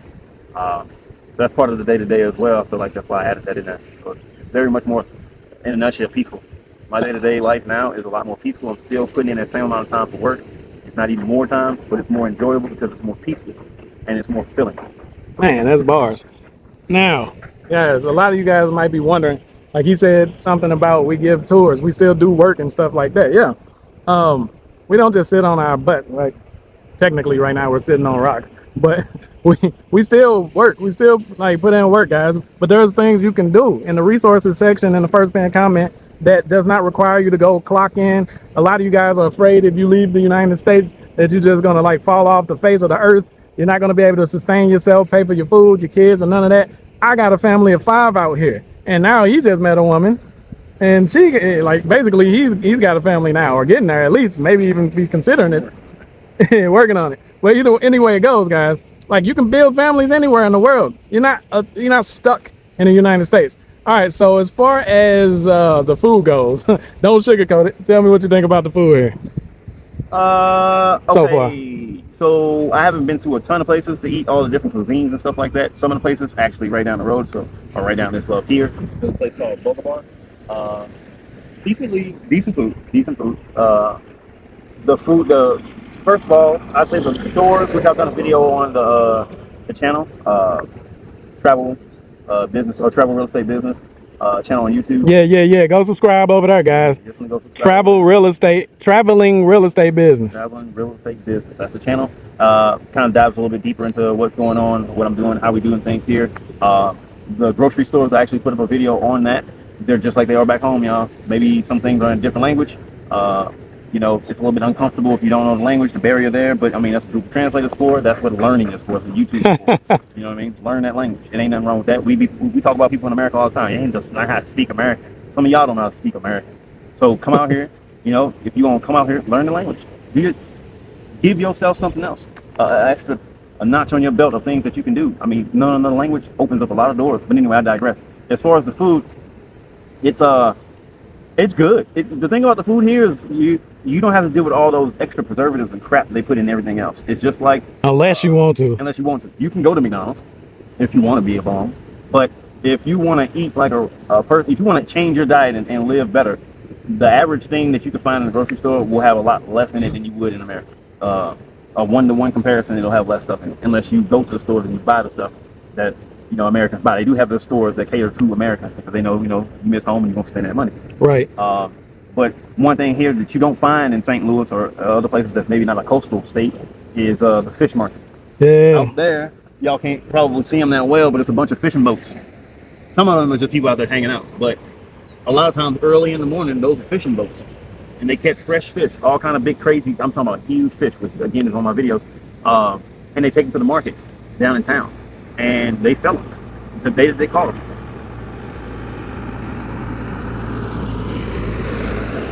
So you're getting fresh fish for a fraction of the cost that you would pay for old fish in the store. For example, we'll get like a 7-pound, whatever they are, a snapper, right? Something like that. You pay $7 per fish, and it's like 20 bucks per fish, and it's 7 pounds, right? And you're like, oh, 7 pounds, that's not a lot of hell. So like a whole half of fish that you pay 20-something bucks for, like a salmon, you're getting both halves. First of all, it's the whole fish. They cut the head, they gut it, they take the bones out as best they can, they fillet it, all that, right? And they give it to you in a bag with ice. You got both halves of that fish for 20 bucks. You know what I mean? I ain't never got fish that fresh anywhere else that I've been in the United States. Not saying that they don't have fish marts and stuff like that. I'm just saying that it's not typical. You're not gonna find that somewhere that's not a coastal. At least not where we at. At least not from the Midwest. Yeah, maybe not even down south. You know what I'm saying? In most places. Any place with a big body of water with fish in it can have fresh fish like that. Yeah. But they choose not to do that. Yeah. You could have a fish market in St. Louis. They don't. Yeah, true. So it just is what it is. So the quality of the food is just better. It's fresher. The ingredients are relatively the same, but fresher and less poisons in your food, unless you want that, right? Unless you want that. They got it if you want it. They got it if you want it. You're going to be paying the premium. Yep. But you can avoid that. I've been eating cleaner. I've been not exercising as much, and just off of my diet alone, I lost over 12 pounds. Yeah. In the last month and a half. This is like minimally working out, y'all. I haven't like been in the gym constantly or consistently. I haven't worked out 3 days in a row since I've been down here, and I've lost 12 pounds, and I ain't going hungry. Yeah. I eat. You know what I'm saying? I eat every day well, and it's just a better quality of life with the food, me personally. So I think if you're more of a person who likes to dip into different cuisines and stuff like that, you should definitely try some other places. I'm a little bit pickier over here, so I haven't been around yet, but the food here I think is very good. And we both have yet to go to Panama City. So this is just our views on Panama as people that have not even been to Panama City, which is definitely going to be like multicultural and have a lot of the best of what Panama has to offer. I've been more into the mountains and with the locals and stuff like that, but we're going to do an update on this when we go into Panama City as well. Now, the moment, if you from the Lou, this is the moment that a lot of you guys have been waiting for. A question I'm about to ask him that I'm pretty sure most of you, especially if you're new to the channel, is wondering about. Yo, bro, Describe your interactions with the law so far since you've been here. One of them drew down on me and told me get the fuck on the ground. No, I'm just bullshitting. That's my bad. I was thinking about when I was back home.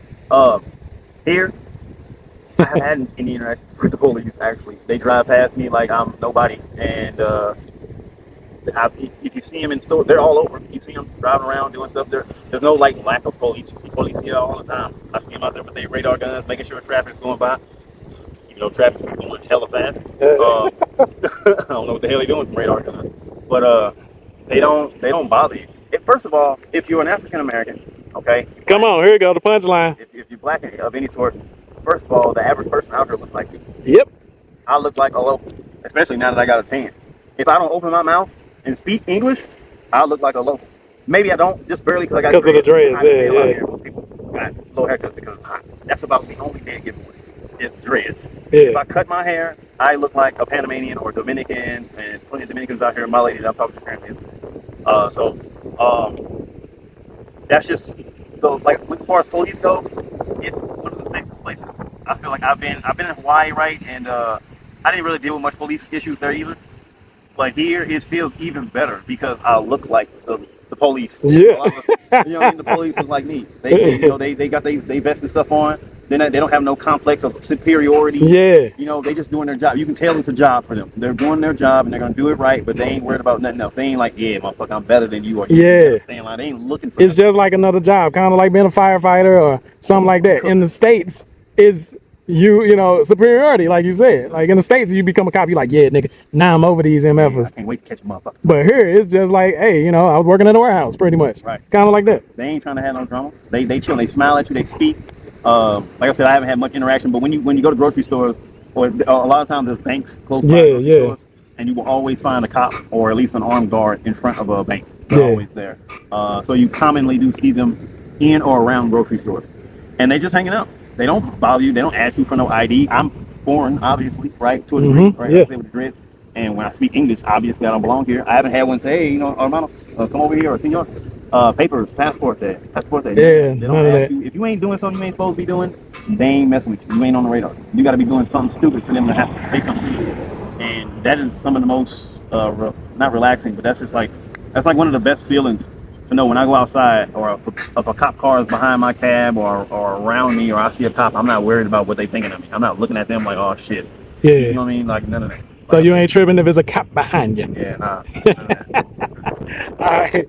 Yo, guys, now that might sound foreign to some of y'all, which is definitely a reason. That's one of the reasons now for our Caucasian and Asian brothers and sisters that is watching this right now. You're like, oh, what's the big deal? Why is that such an advantage? Well, just you asking that question lets you know that we have a far different like existence. In the States, that is something we have to live with. If a cop behind you, you don't know if you're making it home. You just went to go get some bread and you like, snap, will I even get back in the house? Right? Just from getting some bread. You be like, I told them kids not to eat all the bread up that fast. You know, now you're mad at the kids and stuff until the cop leave. You're like, whoo, right? So that is definitely something that people that look like us, when they move to different countries or they're interested in moving to different countries, they're wondering about, like, will we still face all that extra stuff? And fortunately, since everybody pretty much looks the same out here or similar, there's different shades, of course. But they're not hunting you down for that reason. All right, so now, you mentioned that you have a young lady that you're prospecting right now, proving.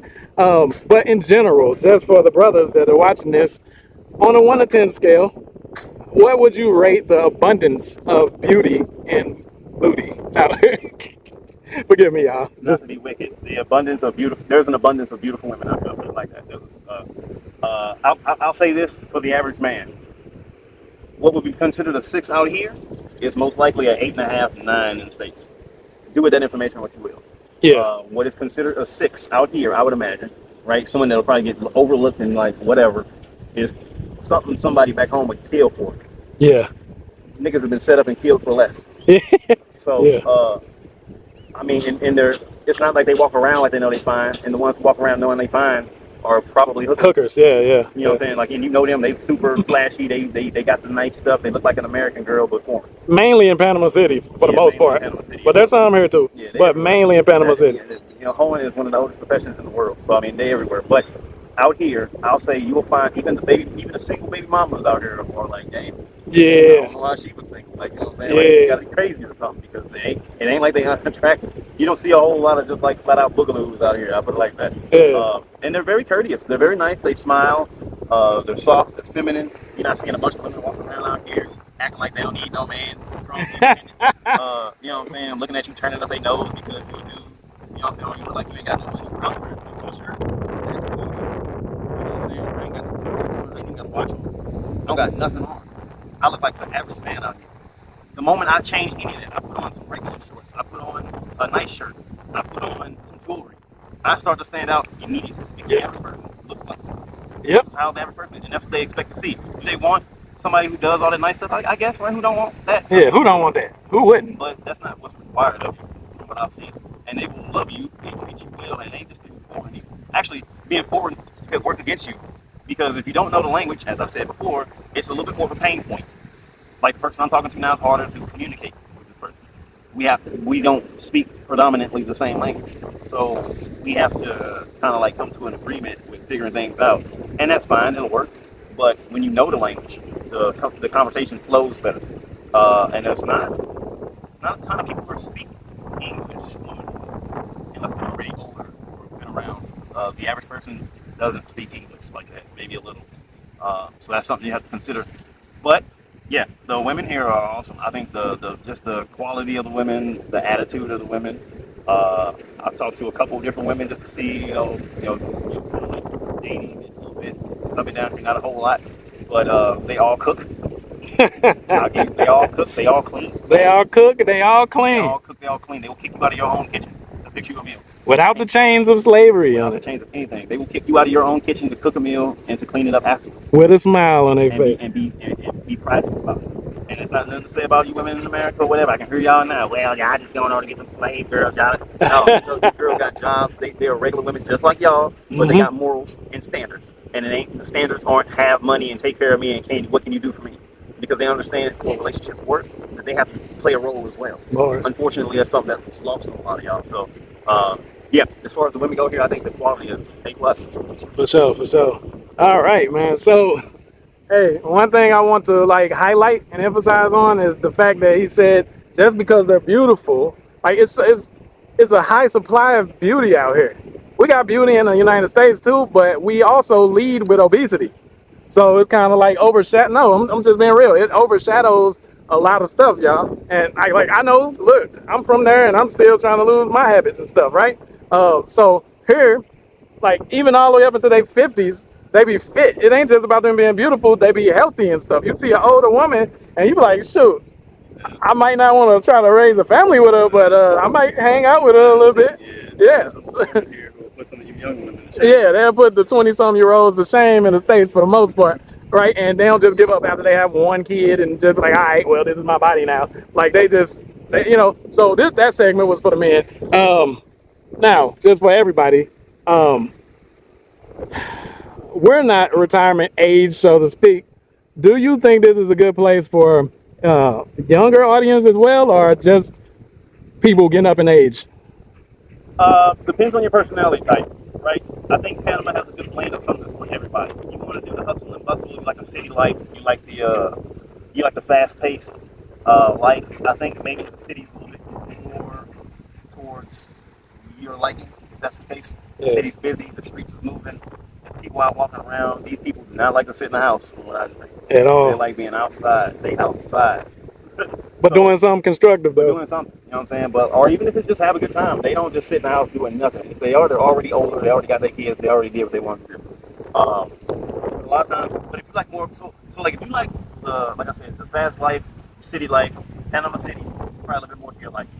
We're in Coronado, San Carlos, to be exact. So we are a little bit more in the retirement side of town. It's a little bit more like middle-aged to older folks here. A lot of older people look at us like, what the hell are you doing out here? Especially the Americans. Yeah. I say mostly only the older American people. The local native people. The local Native American people, or Native people, I'm sorry, who are here that are old, they just kind of look at you, they smile, they greet you, and then they mind their own business. They may not have much to say to you because you're younger or whatever, and they mind their own business, whatever. But the older Americans, I get the dirtiest looks from, black included. I'm talking about black. You are me, but 20 years in the future, and they look at me like, "What the fuck are you doing here?" And I'm looking at them like, "Why the fuck you wait so long?" You know what I'm saying?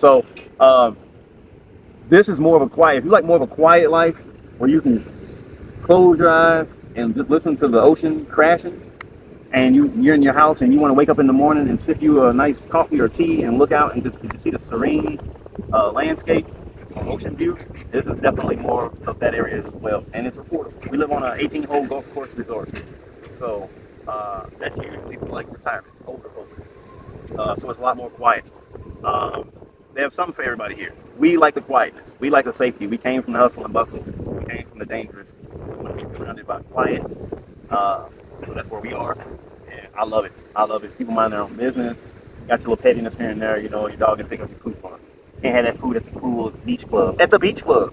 You know what I'm saying? Stupid shit like that. But for the most part, it's just real peaceful. It's peaceful. I leave my front door open when I'm not in my house. I go down like it. So the wind from the ocean blows through. Like you want to open up all your doors and your windows, right? The wind, when you open up your doors and your windows, you get a constant stream of air. It's almost like the air conditioning zone. Yeah. It's I was gonna say it's nasty, like in a good way, but that's a stupid word to use. It's amazing. Yeah. It's breezy. It feels good. And sometimes I go to my brother's place, down like I go to his place and I hang out there, and my door is open, and I'm not worried about nothing coming up stolen, or anybody going in my Pause. Now I know it's an audience of you guys who do that anyway. Like right now, even in the States. I'm just gonna say like I said, for the people that look like us, we in our neighborhoods in the States, that's unheard of. You don't leave your doors open or even unlocked. You don't do that. That's a no-no. So for us to be here and him to be over at my crib and have his doors just wide all open and stuff for hours at a time with confidence, that lets you know the state of crime here. We got pettiness everywhere, but it's extremely safe here. Continue. That's pretty much about it. I mean, like, it's just safe. It's safe if people mind their own business. As long as you can do the same. You don't come down here with some sort of complex like you run shit or you better than anybody else here. They use the American dollar as well. You'll get humbled real quick coming here thinking it's much more motherfuckers running around. Yeah. I've seen one homeless lady and she's a legend. The homeless lady is a legend. Like the town knows about her. They let her do her thing being homeless. She's a fucking legend. The one homeless person. There's another dude I think that sits on one street with no legs in the street. He probably got money too, something. Because he's the same spot. I don't know. But and I'm not saying like people are like secretly rich here, but like they don't live poor ass, super duper like low level lives. It's just more modest life here. People they don't have to surround themselves with the best of everything to feel like something. That's kind of like the propaganda that we have in America. We think that we gotta live like we always keeping up with the Joneses in America. We always looking at MTV cribs. We're like, yeah, that's how life's. And that's what fuels the rat race. You know what I'm saying? That's how life's supposed to be, and everybody's life ain't supposed to be that. Everybody, one, don't deserve that. Don't even know how to get that. Two, everybody don't need all that because it may corrupt your mind. You may get all that stuff and not know what to do. How many people are famous and blew their brains out? Rich, had it all, couldn't handle it. Yeah. You know what I'm saying? Everybody can't handle that. Sometimes trying to live beyond your means is what screw a lot of people up. And I think the people here don't do that. They live and they get what they deserve, they get what they earn, and they stick with that. And they take care of it. You don't be taking care of shit. You'll get a Benz and crash it. Get dents and scrapes, you know what I'm saying? Crap all over it. You be trashed on the inside. Or you get something nice and you act like it's nicer than your family. You take more care of that than you do your own family. Keep the car washed. Kids ain't got nothing wrong. You know what I'm saying? So it's priorities. And I ain't saying everybody like that. I'm just saying for people who know who you are. Out here, you see a lot less of that. You still see nice vehicles and nice things. People have nice stuff. They take care of it, but they work together as a community. You see a lot of that as well. That's something I feel like we're missing in America. So anyway, that's about it. For example, you saw a couple cars just pass by. They got the same cars as we do. I don't want y'all thinking we live in freaking like huts and stuff down here. As you can see over there, I showed you guys before, mansions. These are mansions that these people walk right out to the beach. That's the one right there, Devin. That's the one. That's the one I'm trying to get next year. Okay, that's $3 million. Oh, well, almost $4 million, right? And it's right off the beach. Right now the tide is low, so it don't look all that. But when the tide is high, like just imagine how that looks. All right, now, so what we want to do now. All right, what we want to do now is you mentioned we were talking about materialism and the mindset of people here. Guys, you'll see a taxi driver and his wife would be what we consider in the States at least an 8 or 9 or something like that. He'll have a gut or something, just driving a regular taxi. So we're not just only talking about the beauty of the women, we're talking about the mindset. And like he said, yes, everybody likes nice things, but these women have a work ethic here too, right? These women here still believe in family and growing together, no matter how good they look. And since it's not a scarcity of good looking women, they don't act a certain way. In the States, a woman that's a 6 will surround herself with 2s and 3s maybe, just so she can stand out. And that will allow her to act like she thinks she's all that. So it's not an abundance of 9s and 10s in the States. And when they do, they got a damn OnlyFans. So that brings them back down to that 6 again. No, the camera's on you. Yeah. So like that, we just wanted to point, this ain't a dating video, but for the men that's coming out here, like obviously if you're still trying to progenerate and do all this extra stuff like that, this is definitely a topic we have to, touch on, because in the States, we pretty much gave up and like, yo, all these chicks is gold diggers, or are they trying to like set me up with kids so they can get my fortunes and all of that. So a lot of men have gave up. But I just want you to know there's places in the world that exist where women still want to be women. They still want children.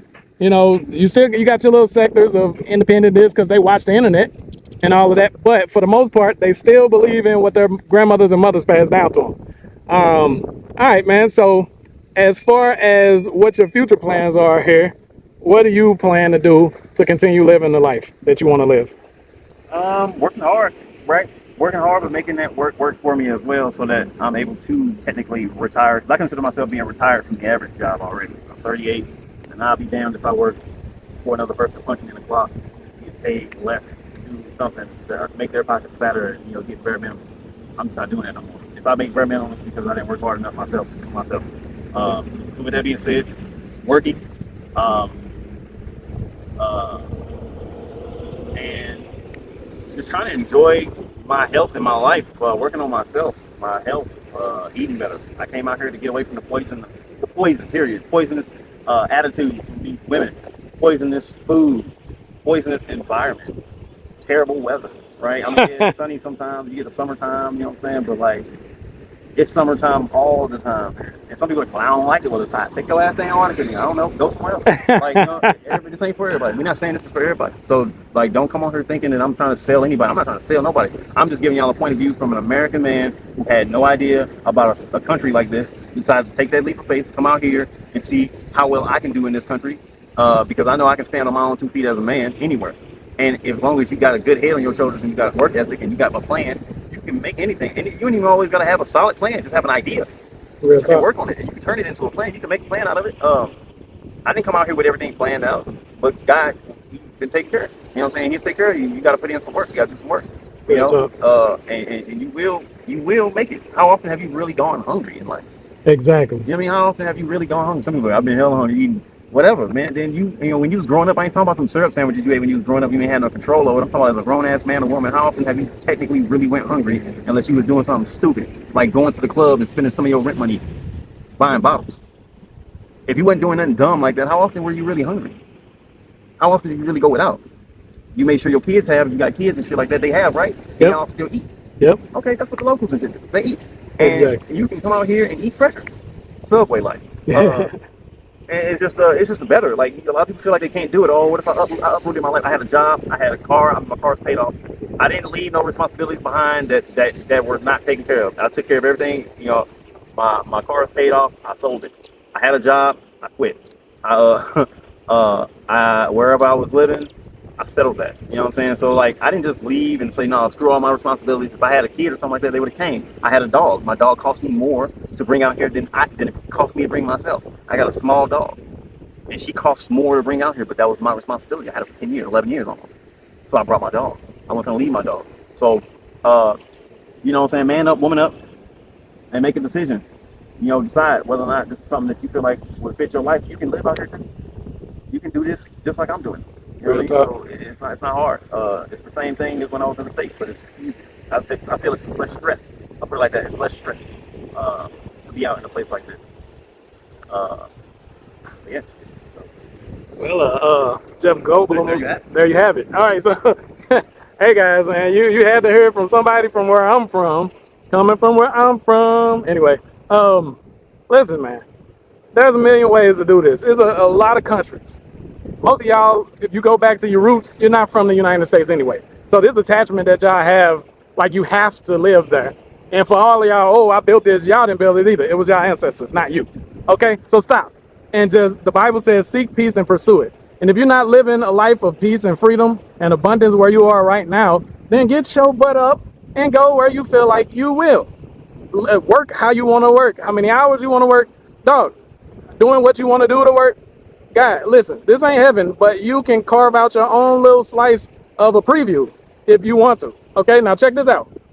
In the resources section under the video in a pinned comment, my school, Anti-Job University, will be right there. There will be multiple courses for you to have an extra income stream. So there's no more excuses. If you want to go fly to Thailand, you can do that. If you want to move here, you can do that. And you'll be able to take care of yourself and your family, whoever you're bringing, and live a life of whatever you're trying to live. So don't hold yourself back with excuses. Love you guys. Shalom. The number two thing that's illegal in the United States that is okay here is bribes. Okay, negotiating with police during minor traffic stops and all stuff like that. Don't tell nobody I told you, but that is normal here. And you know, I don't know if it's going to change or anything like that, but for now, they allow it. Okay, so bribing and negotiating with police with tickets and stuff like that. For the most part, I haven't seen it to get anybody in trouble, but these things could be subject to change. Alright, yeah, in case y'all still trying to relocate, don't think it's a game. My brother just made it here from the United States, St. Louis to be exact. If he can leave the Matrix, y'all can leave the Matrix. Right now, we down here getting some pescado at one of the best fish markets in Coronado. And they got the red snapper, they got the croaker, they got a whole bunch of shrimp. Right now he's chopping off the cabeza and removing the bones and stuff like that for us.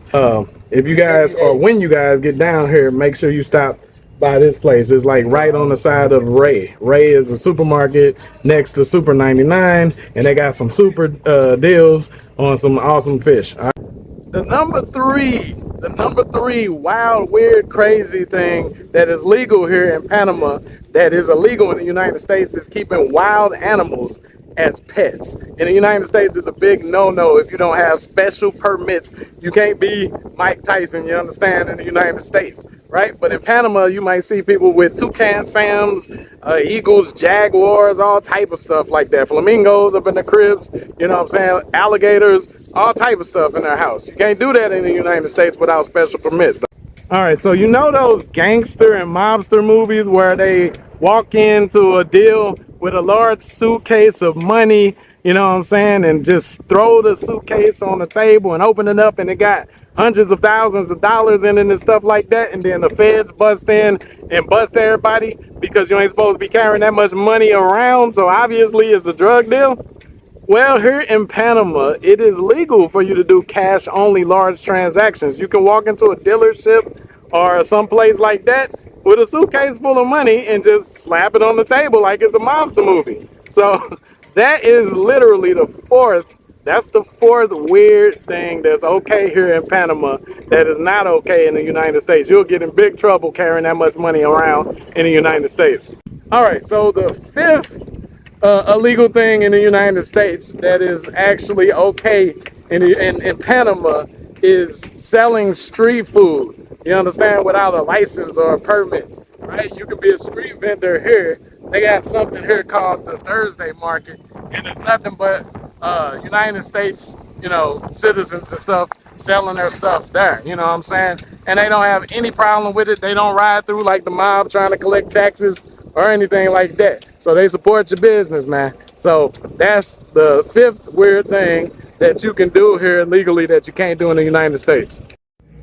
So we're going to go to where it says get paid real quick, and I'm going to show you guys something. How would you like for this to be your recurring income every single damn month? Look at this over here, $15,000. Then we come over here to PayPal, and let me show you something. Oh, let's stroll, let's stroll, let's stroll. That comes in every single month on autopilot. That is possible for you guys. Let me show you how. Go to the first pin in the comment. All right, guys. So, welcome back to another one. If you're new, I'm here at the beach. Finally got my brother down here. Okay.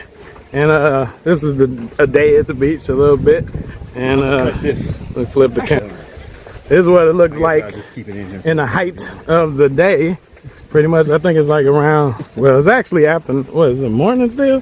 What's this, 11? It's almost evening. Oh, okay, afternoon. All right, so this is where we headed to. All right, so do you remember the Fast and Furious movies and stuff with the street racing? Well, you know how they always getting busted in the United States for doing that stuff is illegal in the United States. But number 6, weird thing in Panama that is legal here, but not legal in the U.S. is street racing. In Panama, in some places, you can street race. They don't care. So you can be Dominic Toretto from the Fast and Furious franchise, and you won't have to worry about Hobbs. Well, not Hobbs. Was it Shaw or Hobbs? You won't have to worry about The Rock coming to lock you up for being a street racer, right? So that's number 6. All right, so number 7, we touched on this a little bit earlier. Pause. Number 7 is paying bribes to expedite legal services. So, for example, like passports or permits or other different type of legal services and stuff like that, you can pay bribes to expedite those services. Now, it's okay here. I won't necessarily consult with an attorney, consult with a lawyer. I am not a legal representative. So, guys, like, do your own research. I gotta cover my own self like that. But it's widely known around here. Listen, I woke up to money from fly guy David Robinson. I went through his class and I made $140,000 in 90 days. They're booking right now. It's already been 3 people that booked in less than 24 hours. I ain't trying to get in no trouble putting y'all up on game, but in Panama, money laundering is a big thing here. A lot of U.S. people like travel here because in the U.S. is anti-money laundering laws that are way stricter than they are here in Panama. So I'm not telling you guys to come here and do that. I'm just making this list, telling you why this is a haven for so many United States citizens. So number 9 is a bit of a warning though, but squatters can actually claim ownership to your buildings if they're abandoned for a long period of time. So if you come here, you buy buildings and stuff like that, and you leave here for years and all of that extra stuff, squatters can actually claim your properties. They can't do that in the United States. So that's just something to think about. So always make sure your properties are inhabited by people that you know are rented out, because a squatter could own your 10-bedroom mansion if they want to here. Of course, there's some fine print and all of that stuff, so I'm just entertainment purposes. But actually, this stuff is real, guys. Go do your research. Ain't nothing stopping me. So number 10, guys, is collecting rainwater. Yeah, in the United States, I mean, that's illegal. Believe it or not, that's crazy. You should be able to collect what God gives you with no regulations. But in the United States, it's illegal. Ooh, okay. It's illegal to collect rainwater that comes from the sky, not from the store, from the sky. But in Panama, you can collect rainwater as much as you want, baby. Oh, she did. All right, so number 11, weird thing that's okay in Panama, but not in the United States, is you can openly sell herbal remedies here. Unregulated herbal remedies for fertility and longevity of life. Let me just say that. Okay, so don't come here thinking you can do the anime narcotic game, because you still can't do that. I'm talking about herbal remedies that are approved for science to assist with certain issues and stuff like that. Okay, guys? So that's number 11. So the number 12 weird thing that's okay here, but not in the United States, is running a business without residency. Yes, that's correct. Without even living here, you can run a business in Panama. That's crazy, right? Hey, money is money, and I feel that. You understand? I agree with them. I don't know why there's so many strict laws against business in the States. They just want to be all up in your business, I guess. All right, so last but not least is no taxes on offshore income. The United States will tax you no matter what country or planet you go to on whatever money you make, no matter how big or small. So Panama, outside its borders, if you're a Panamanian citizen or something like that, or even if you are here and you make money here, Panama is not going to charge you on income outside of Panama. Okay, so this is why a lot of people come here and denounce their United States citizenship. All right, so how would you like to make around $26,000 or more and you don't even have to sell anything? I'm going to show you exactly how I did this, and you just pretty much copy me. There will be a course in the first pinned comment that shows you how to do this. So now I have my own affiliate network, but I'm going to show you how you can do this without any experience and which offers I actually ran. Watch this. Look, so as you can see, I ran the report. Over here we have the first two offers. Those are the highest ones. All right, so that one got 49,821 clicks, which equaled out to 13,000 leads, and the one under it got 18,000. These are my two highest ones. So those are just leads. How much did it actually earn over time? Watch this. And this is free traffic that I used. Okay, I didn't run any paid ads or anything like that. So even if you're a beginner, I can show you exactly how to do this. You don't have to have any experience or nothing like that. Look at this. Boom. All right, so the top offer made $18,374. This is just giving away free stuff. I didn't even have to sell anything. All right, then right up under that one, $7,032. And then right up under that one, $2,804. So this is around almost close to $26,000 with me just giving away free stuff. I teach you how to do that inside the paid community. I teach you how to do that inside the course in the first pinned comment. So you can join that. Let 2025 be your money maker. The day that you never go back to being broke again. The day that you never have to clock in to work again. If it's the weekend and you're watching this, you're dreading the fact that Monday is coming. Don't let that be your life. Go to the first pinned comment.